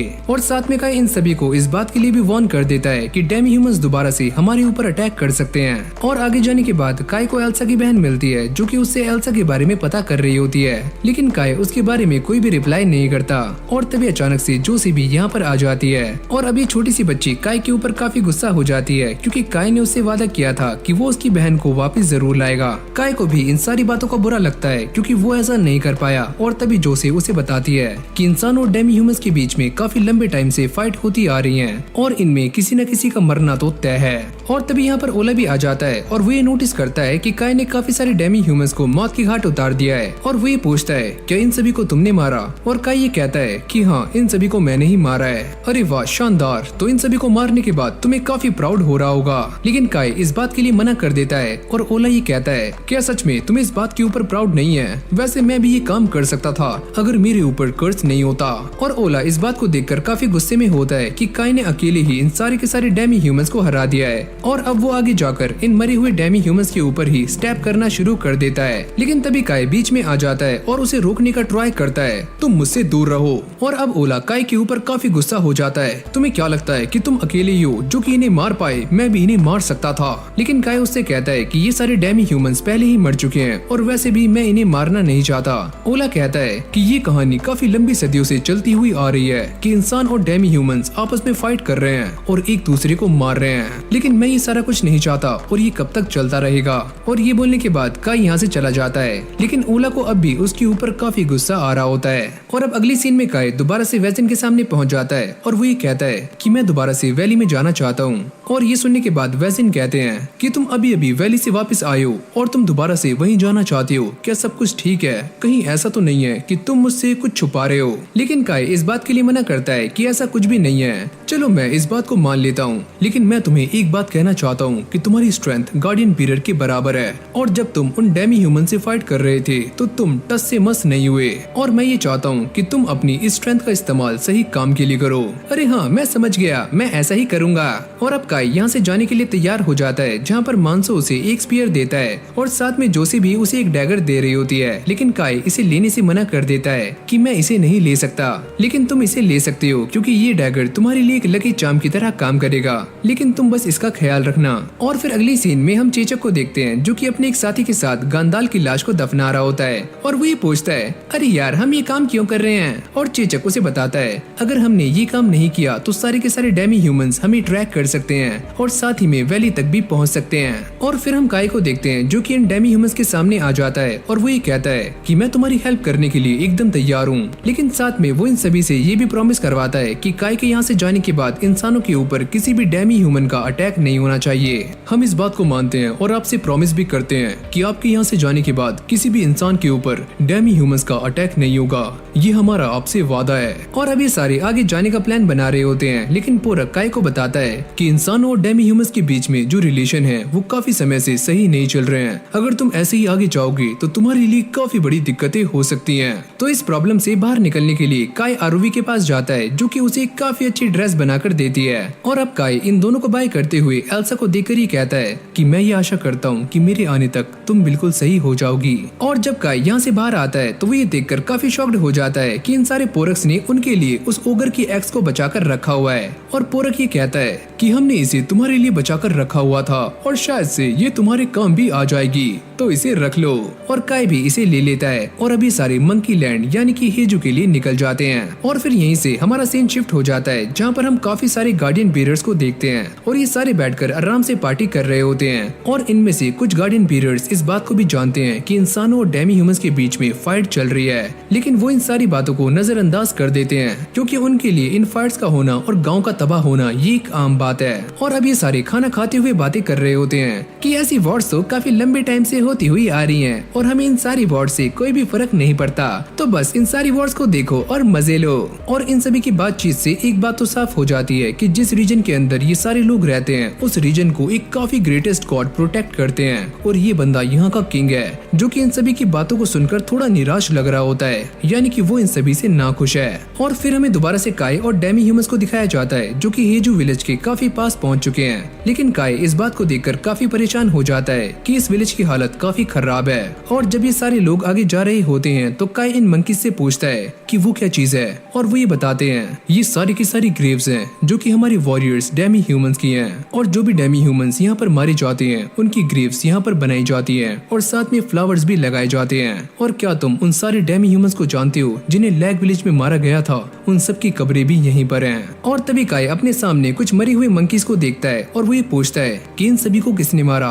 क्या ये सारे भी लैग विलेज में मारे गए हैं? नहीं, ये सारे डियाबो की वजह से मारे गए हैं। और अब ये सारे ऐसे ही आगे जाते हुए बातें कर रहे होते हैं, जहाँ पर काई ये पूछता है कि आखिरकार ये डियाबो कौन है? और पोरक ये बताता है कि मैंने डियाबो को कभी देखा तो नहीं है, लेकिन मैंने उसके बारे में लिटरेचर में पढ़ा है कि वो बार बार इस दुनिया में अपीयर हुआ है और लास्ट वाले वैली गॉड ने उसे खत्म किया था।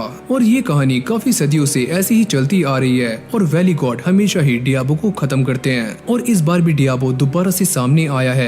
और ऐसे ही आगे जाते हुए काई ये नोटिस करता है कि ये पूरा का पूरा जंगल बंजर हो चुका है और यहाँ तक कि नदियों की भी सारी मछलियाँ मर चुकी हैं। टोरुड और उसके साथ ही ये बताते हैं कि डियाबो एक तरह का इविल गॉड है, जो कि लैंड गॉड की पावर्स को कंज्यूम करता है और यहीं से उसे ताकत मिलती है, और इसी वजह से हमारे लैंड की ऐसी हालत हो गई है कि यहाँ पर कोई भी जिंदा नहीं बच पा रहा है। और अब ये सारे इन डेमी ह्यूमंस के हेड के पास आ जाते हैं, जो कि एक काफी बड़े पेड़ के ऊपर रहते हैं, और वो ये कहते हैं माय लॉर्ड, आप यहाँ पर आ ही गए और मुझे माफ करना मेरी अपीयरेंस के लिए, लेकिन हम सभी को आपकी काफी ज्यादा जरूरत है, तो प्लीज हमें बचा लीजिए। और जब ये मंकी हेड काई से बात कर रहा होता है तो वो ये कहता है कि हमारे विलेज की हालत काफी खराब हो चुकी है, तो हमें तुम्हारी हेल्प चाहिए। काई उससे कहता है कि मैं तुम्हारी हेल्प करने के लिए तैयार हूँ, लेकिन मेरा फैसला इस बात पर डिपेंड करेगा कि तुम मुझे कितनी बातें बताती हो। तो तुम इसके बारे में जो भी जानते हो वो सारी बातें मुझे बता दो।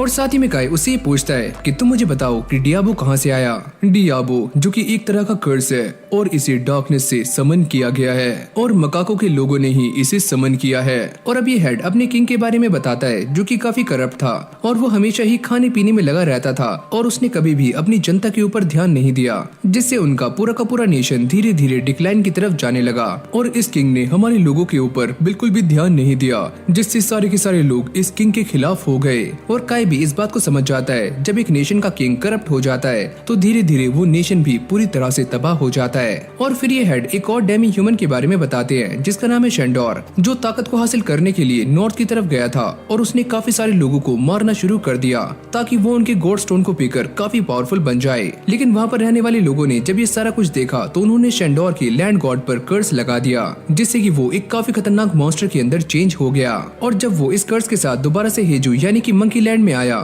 तो उसने यहाँ पर आने के बाद यहाँ के राजा को और साथ में उसके साथियों को भी जान से मार दिया।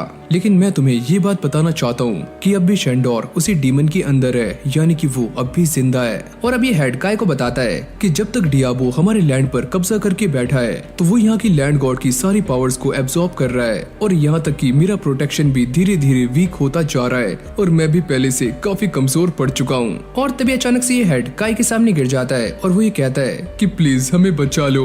और फिर अगले सीन में हम ये देखते हैं कि ये सारे डियाबो को ढूंढने के लिए निकल जाते हैं, जहाँ पर काय अब भी डियाबो के बारे में ही पता कर रहा होता है। और ये डेमी ह्यूमंस उसे बताते हैं कि डियाबो अब तक काफी सारे लोगों को मौत की घाट उतार चुका है, और यहाँ तक कि वो डिहोशी में रहने वाले रॉयल लोगों को भी जान से मार चुका है। और अब ये सारी बातें सुनकर काय को समझ नहीं आता कि अब वो क्या करेगा, जिसके बाद वो जोसे के डैगर को देखता है और उसे याद करता है। और अब ये सारे ऐसे ही चलते चलते उस जगह पर पहुंच जाते हैं जहाँ पर उनके सामने कुछ डेमी ह्यूमंस खड़े होते हैं, लेकिन ये डेमी ह्यूमंस हिंदी में बात करना नहीं जानते और ये उन्हें आगे जाने से रोक रहे होते हैं। और वो सिर्फ इन डेमी ह्यूमन से ही बातें कर रहे होते हैं और वो ये कहते हैं कि तुम सारे यहाँ से चले जाओ, तभी हम डियाबो को जान से मार सकते हैं। काय और उसके साथी अंदर जाने का ट्राई कर रहे होते हैं, लेकिन ये उन्हें रोक लेते हैं। तुम इसे नहीं जानते, ये हमारे लॉर्ड हैं जो कि डियाबो को जान से मार सकते हैं। लेकिन ये सुनने के बाद भी वो डेमी ह्यूमंस इन्हें अंदर जाने से रोकते हैं। लेकिन तभी अचानक अंदर से किसी के चिल्लाने की आवाज आती है, और जब काय ये आवाज सुनता है तो वो अंदर जाने की कोशिश करता है, लेकिन ये डेमी ह्यूमन उसके सामने आ जाता है। लेकिन काय उसको एक जोरदार फटका मारकर साइड कर देता है और इस केव के अंदर चला जाता है। और जब काय भागकर अंदर जाता है तो उसे बार बार एक ही आवाज आ रही होती है कि तुम डियाबो को जान से मार दो। और जब काय अंदर पहुंचता है तो वो ये देखता है कि उसके सामने डियाबो खड़ा हुआ होता है, जो कि सारे के सारे मरे हुए डेमी ह्यूमंस के अंदर से पावर को एब्जॉर्ब कर रहा होता है। और साथ ही में यहाँ से काफी गंदी बदबू भी आ रही होती है, जैसे कि किसी ने सड़ा दिया हो। और जब काय इसे मारने के लिए आगे जा रहा होता है तभी अचानक से यहाँ पर जायना आ जाती है, और केचक उसे देखकर ये पूछता है कि ये आंटी कौन है। और ये डेमी ह्यूमंस उन्हें बताते हैं कि जायना एक यंगेस्ट मेंबर है, वो भी रॉयल फैमिली की, और वो भी इसे खत्म करने के लिए यहाँ पर आई हुई है। और काय भी ये नोटिस करता है कि जायना बाकी मकाकों से काफी अलग लग रही होती है। और अगली पल हम दोबारा से जायना को देखते हैं, जिसके पास एक काफी खतरनाक व्हाइट वुल्फ होता है, और वो अपने मैजिक का इस्तेमाल करके इसे कंट्रोल कर रही होती है ताकि वो डियाबो को जान से मार सके। और ये सारे लोग इस बात को देखकर काफी हैरान हो जाते हैं कि जायना काफी ज्यादा पावरफुल है, और वो इस वॉल्फ को ऑर्डर देती है कि वो डियाबो को जान से मार दे। और अब ये आगे जाने के बाद डियाबो के ऊपर अपने फायर मैजिक से अटैक करता है और डियाबो को पूरी तरह से भून देता है। और चेचक भी ये सारा कुछ देखकर काफी एक्साइटेड हो जाता है, अरे वाह काफी मजा आ रहा है। लेकिन डियाबो के ऊपर अटैक करने के बाद ये वॉल्फ अपना कंट्रोल खो देता है, और तभी यहाँ पर कुछ डेमी ह्यूमंस आ जाते हैं जो कि इसे कुछ हर्ब्स खिलाते हैं, जिससे ये दोबारा से कंट्रोल में आ जाता है। और ये सारा कुछ काय और पोरक भी देख रहे होते हैं। पोरक कहता है इस अटैक को करने के बाद इस वॉल्फ ने अपना कंट्रोल खो दिया था और इसलिए उसे ये हर्ब्स खिलाए गए, लेकिन अगर ये हर्ब्स उसे बार बार खिलाए गए तो ये उसके लिए पॉइजनस भी हो सकते हैं और उसकी जान भी जा सकती है। और अब ये वॉल्फ दोबारा से डियाबो के ऊपर अटैक करता है, लेकिन इस बार उसका ब्लड इस वॉल्फ के ऊपर लग जाता है, जिससे वो काफी ज्यादा इंजर्ड हो जाता है। यानी कि ये ब्लड भी एक तरह का पॉइजन फैला रहा है, जो कि धीरे धीरे करके इस वॉल्फ की बॉडी के अंदर फैलना शुरू हो जाता है। और यहाँ पर खड़े हुए सारे के सारे डेमी ह्यूमंस अपने आप को बचा रहे होते हैं ताकि ये ब्लड उनके ऊपर ना गिर जाए, वरना वो सारे भी मर सकते हैं। और अगली पल हम ये देखते हैं कि काय इस डियाबो से लड़ने के लिए आगे चला जाता है और वो इससे फाइट कर रहा होता है, और साथ ही में वो ये रिवील करता है कि मैं एक आर्बिट्रेशन गॉड हूँ और मैं तुम सबको बचाने के लिए ही यहाँ पर आया हूँ और मैं तुम सभी को बचा लूंगा। क्या सच में ये बच्चा एक आर्बिट्रेशन गॉड है? और फिर हम दोबारा से इसी वॉल्फ को देखते हैं जिसकी हालत काफी खराब हो रही होती है, और काय उसके पास जाकर अपनी हीलिंग मैजिक का इस्तेमाल करता है ताकि वो इसे हील कर सके। लेकिन ये पॉइजन इस वॉल्फ की बॉडी में धीरे धीरे अंदर बढ़ रहा होता है और काय भी इसे हील करने में नाकाम हो रहा होता है। और जब काय अपना ये काम कर रहा होता है तो सारे के सारे पोरक और डेमी ह्यूमंस इस मॉन्स्टर को रोकने की कोशिश करते हैं ताकि वो काय तक ना पहुंचे, और वो इसके लिए अपनी पूरी जान लगा रहे होते हैं। और फिर हम एक अलग से डायमेंशन में आ जाते हैं जहाँ पर काय के सामने एक काफी बड़ा गॉड स्टोन होता है, और जब काय उसे छूने वाला होता है तो उसके अंदर से काफी खतरनाक एनर्जी बाहर निकलने लगती है। और जब काय दोबारा से रियलिटी में आता है वो ये देखता है कि ये वॉल्फ पूरी तरह से सही हो चुका है, और केचक भी ये देखकर काफी खुश होता है, अरे वाह आपने इसे बचा लिया, आप तो कमाल के हो। और फिर काय डियाबो से लड़ने के लिए तैयार हो जाता है, लेकिन तभी अचानक उसे वैली गॉड की आवाज आती है कि तुम डियाबो के थ्रोन को काट दो। लेकिन काय को ये बात समझ नहीं आती कि वैली गॉड कौन से थ्रोन की बात कर रहे हैं। कहीं ये इसके गॉड स्टोन की बात तो नहीं कर रहे हैं और शायद से मुझे इसकी गॉड स्टोन को खत्म करना होगा। और फिर हमारी कहानी पास्ट में आ जाती है जहाँ पर ये दोनों ही डेमी ह्यूमंस एक किंग के सामने फाइट कर रहे होते हैं और एक का नाम है सैंडोर और दूसरी है जायना। लेकिन इस फाइट के अंदर जायना हार जाती है और सैंडोर जाते हुए ये कहता है कि मैं नॉर्थ की तरफ जाना चाहता हूँ ताकि मैं वहाँ पर जाकर और भी ज्यादा पावरफुल बन सकूँ। और अब इसी दिन के बाद से सैंडोर भी अपना एक अलग रास्ता चूज कर लेता है जहाँ पर वो लैंड को एक्वायर करेगा और साथ में सभी लोगों को मारकर उनकी पावर को एब्सॉर्ब करेगा। और फिर हमारी कहानी दोबारा से प्रेजेंट में आ जाती है जहाँ पर जायना खड़ी हुई ये बात सोच रही होती है कि मैंने भी अपनी बॉडी के अंदर लैंड गॉड की पावर को एक्वायर किया हुआ है, तो मैं भी पहले से काफी स्ट्रांग हो चुकी हूँ और शायद से मैं इसे हरा सकती हूँ। और अब वो भागकर अपने वुल्फ के पास जाती है और उससे ये कहती है कि तुम यहाँ पर क्यों खड़े हो, जाकर इस डियाबो को जान से मार दो, जल्दी करो। और इस वक्त ये भी काफी गुस्से में होती है तो ये अपनी वॉल्फ के ऊपर भी अटैक करने वाली होती है, लेकिन तभी अचानक से काय बीच में आ जाता है और वो इसे रोक लेता है कि तुम ऐसा नहीं कर सकती, मैंने अभी अभी इसको हील किया है और ये अभी भी काफी इंजर्ड है। वैसे तुम्हारे पास ये लैंड गॉड की पावर्स आई कहाँ से? क्या तुमने इसे कहीं से चुराया है? मुझे सच बताओ। और साथ ही में वो ये कहती है कि हम दोनों ही इस डियाबो से लड़ने में सफर कर रहे हैं और तुम एक आर्बिट्रेशन गॉड हो, तो तुम मुझसे अलग कैसे हुए, क्योंकि तुम भी काफी कमजोरी हो और तुम्हारे पास भी इतनी पावर्स नहीं है कि तुम भी डियाबो को हरा सको। और तभी अचानक से डियाबो इन दोनों के ऊपर अटैक कर देता है, लेकिन तभी ये वॉल्फ बीच में आ जाता है और इन दोनों को बचा लेता है। और ये सारे इस बात को देखकर काफी शॉक्ड हो जाते हैं कि इस वॉल्फ के ऊपर भी डिवाइन क्रिस्ट अपीयर हो चुकी है। पूरक ये कहता है कि शायद से इस वॉल्फ को भी गॉड की प्रोटेक्शन मिल चुकी है। डियाबो को ये सारा कुछ देखकर काफी गुस्सा आ जाता है और वो इन सभी के ऊपर बार बार अटैक्स कर रहा होता है, लेकिन ये वॉल्फ उससे लड़ने के लिए आगे चला जाता है। और तभी अचानक हम ये नोटिस करते हैं कि इस वॉल्फ की पहले से ज्यादा टेल्स आ चुकी हैं, जो कि पहले एक ही थी। और ये सारे के सारे डेमी ह्यूमंस और पोरक इस बात को देखकर काफी हैरान हो रहे होते हैं कि ये डियाबो अभी तक जिंदा है, जबकि इस वॉल्फ ने डियाबो के ऊपर काफी जानलेवा अटैक्स किए हैं। और तभी डियाबो अपनी बॉडी को दोबारा से रीजनरेट करने की ट्राई कर रहा होता है और वो काफी जोर से दहाड़ता है और ये आवाज काफी खतरनाक होने के साथ साथ काफी दूर तक भी जाती है और लैग विलेज के लोग भी इस आवाज को सुन लेते हैं। और अगले ही पल चारों तरफ अंधेरा फैलना शुरू हो जाता है, यानी कि डियाबो अपनी बॉडी को दोबारा से रीजनरेट करने में अपनी पूरी ताकत लगा रहा है। और फिर हम जोसे को देखते हैं जो कि दूर से खड़ी हुई ये सारा नजारा देख रही होती है और उसे काय की काफी चिंता होती है। और यहाँ तक कि आरुवी भी इस पूरे नजारे को देख रही होती है और वो भी काय के बारे में ही सोच रही होती है, काश काय जिंदा हो। और फिर हम दोबारा से डियाबो को देखते हैं जिसकी पावर्स पहले के मुकाबले काफी इंसेन होनी शुरू हो जाती है और उसकी बॉडी से एक अजीब तरह का ऑरा भी बाहर निकल रहा होता है, जिसको देखकर इन सभी की फटनी शुरू हो जाती है। और इसे देखकर ऐसा लगता है कि वो अपने आसपास की सारी चीजों को अपनी बॉडी के अंदर कंज्यूम करने वाला है। और अब डियाबो काफी गुस्से में आकर इस वॉल्फ के ऊपर अटैक करता है और जायना उसे बचाने के लिए आगे जा रही होती है, लेकिन डियाबो उसके ऊपर भी अटैक कर देता है। लेकिन जायना को बचाने के चक्कर में काय यहाँ पर फंस जाता है और डियाबो काय को कच्चा ही निगल जाता है, जिसको देखकर सारे लोग पैनिक हो जाते हैं। माय लॉर्ड, ये क्या हुआ?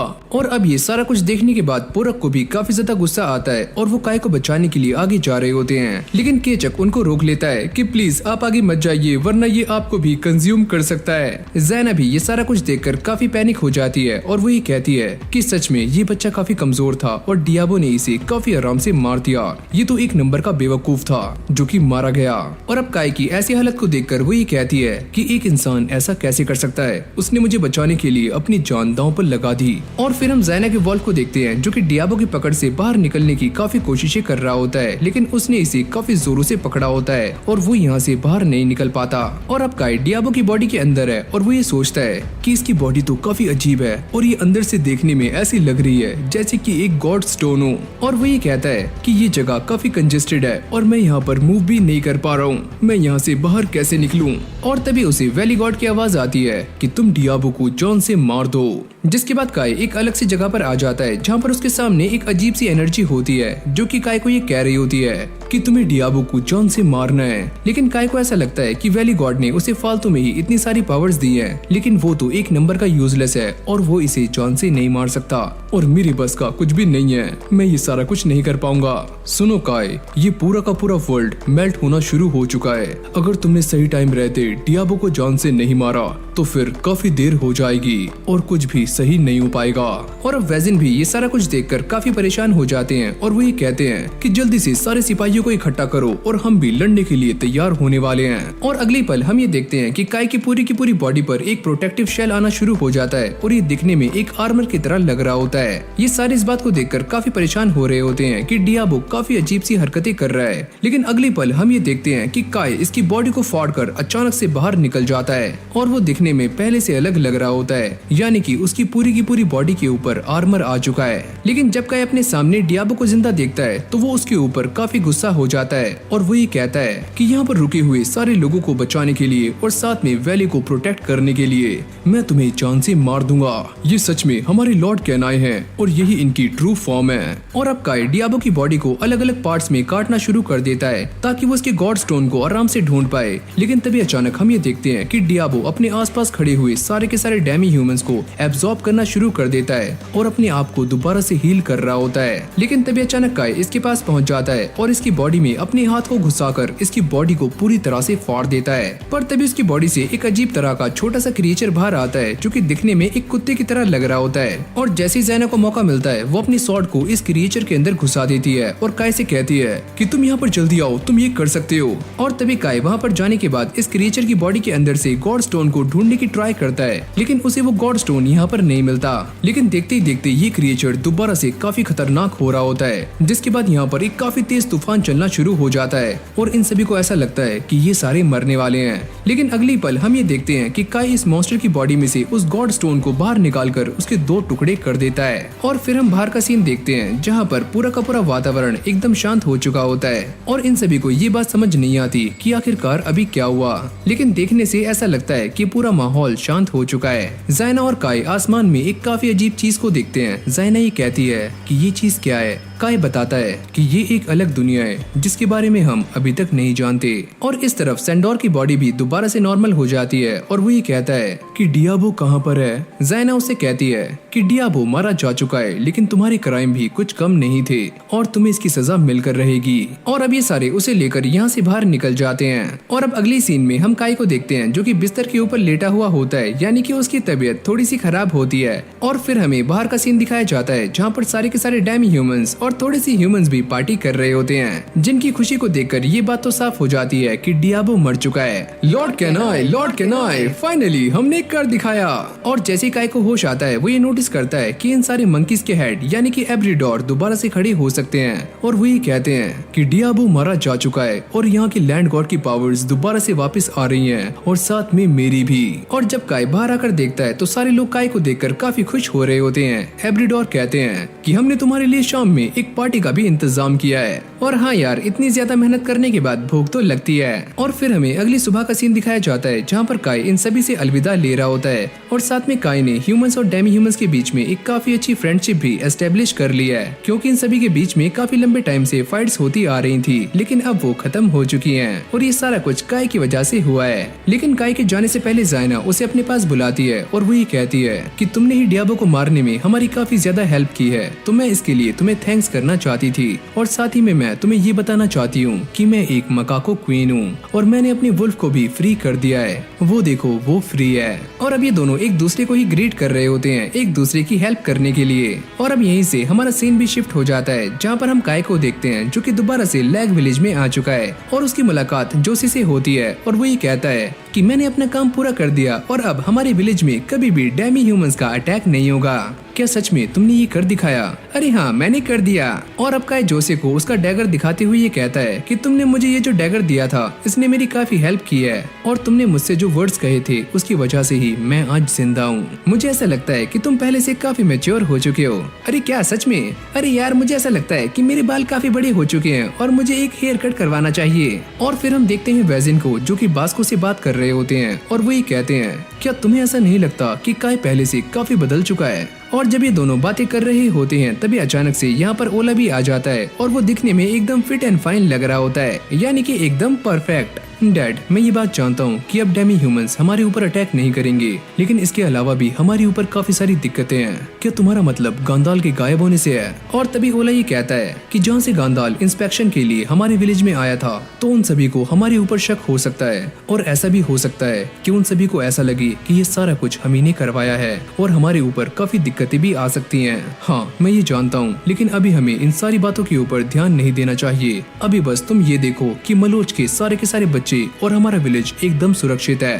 लेकिन काई के दोस्त अब भी उसे छेड़ रहे होते हैं। हाँ भाई, क्या हाल है तेरे? तो दोबारा से जिंदा वापस आ गया, कमाल है यार। और फिर हमें आरोवी को दिखाया जाता है जो कि अब भी एल्सा की देखभाल कर रही होती है, और वो ये बताती है कि एल्सा की हालत में पहले से काफी सुधार देखा गया है। और तभी काई भी यहाँ पर आ जाता है और वो एल्सा से बात करने की कोशिश करता है, लेकिन वो बैठे बैठे ही सो जाता है। और जब उसकी आंखें खुलती हैं तो आरोवी उसे बताती है कि तुम्हारे यहाँ से जाने के बाद तुम यहाँ की नई गॉड बन चुके हो और ये सारे लोग तुम्हें गॉड मानते हैं। और साथ ही में वो ये भी कहती है कि इंसान और गॉड्स काफी लंबे टाइम से एक साथ रहते हुए आ रहे हैं, जहाँ पर इंसानों का काम है गॉड्स की पूजा करना और लैंड गॉड्स का काम है इंसानों को बचाना, और तुम भी एक वैली गॉड बन चुके हो। और जब काई यहाँ से बाहर आता है तो वो ये नोटिस करता है कि कुछ लोग उससे मिलने के लिए आए हुए हैं, और सामने ही काई एक लड़की को भी देखता है जो कि काई से कहती है कि मैं यहाँ पर तुमसे ही मिलने के लिए आई हूँ और मैं तुम्हारे लिए कुछ भी कर सकती हूँ, प्लीज मुझसे शादी कर लो।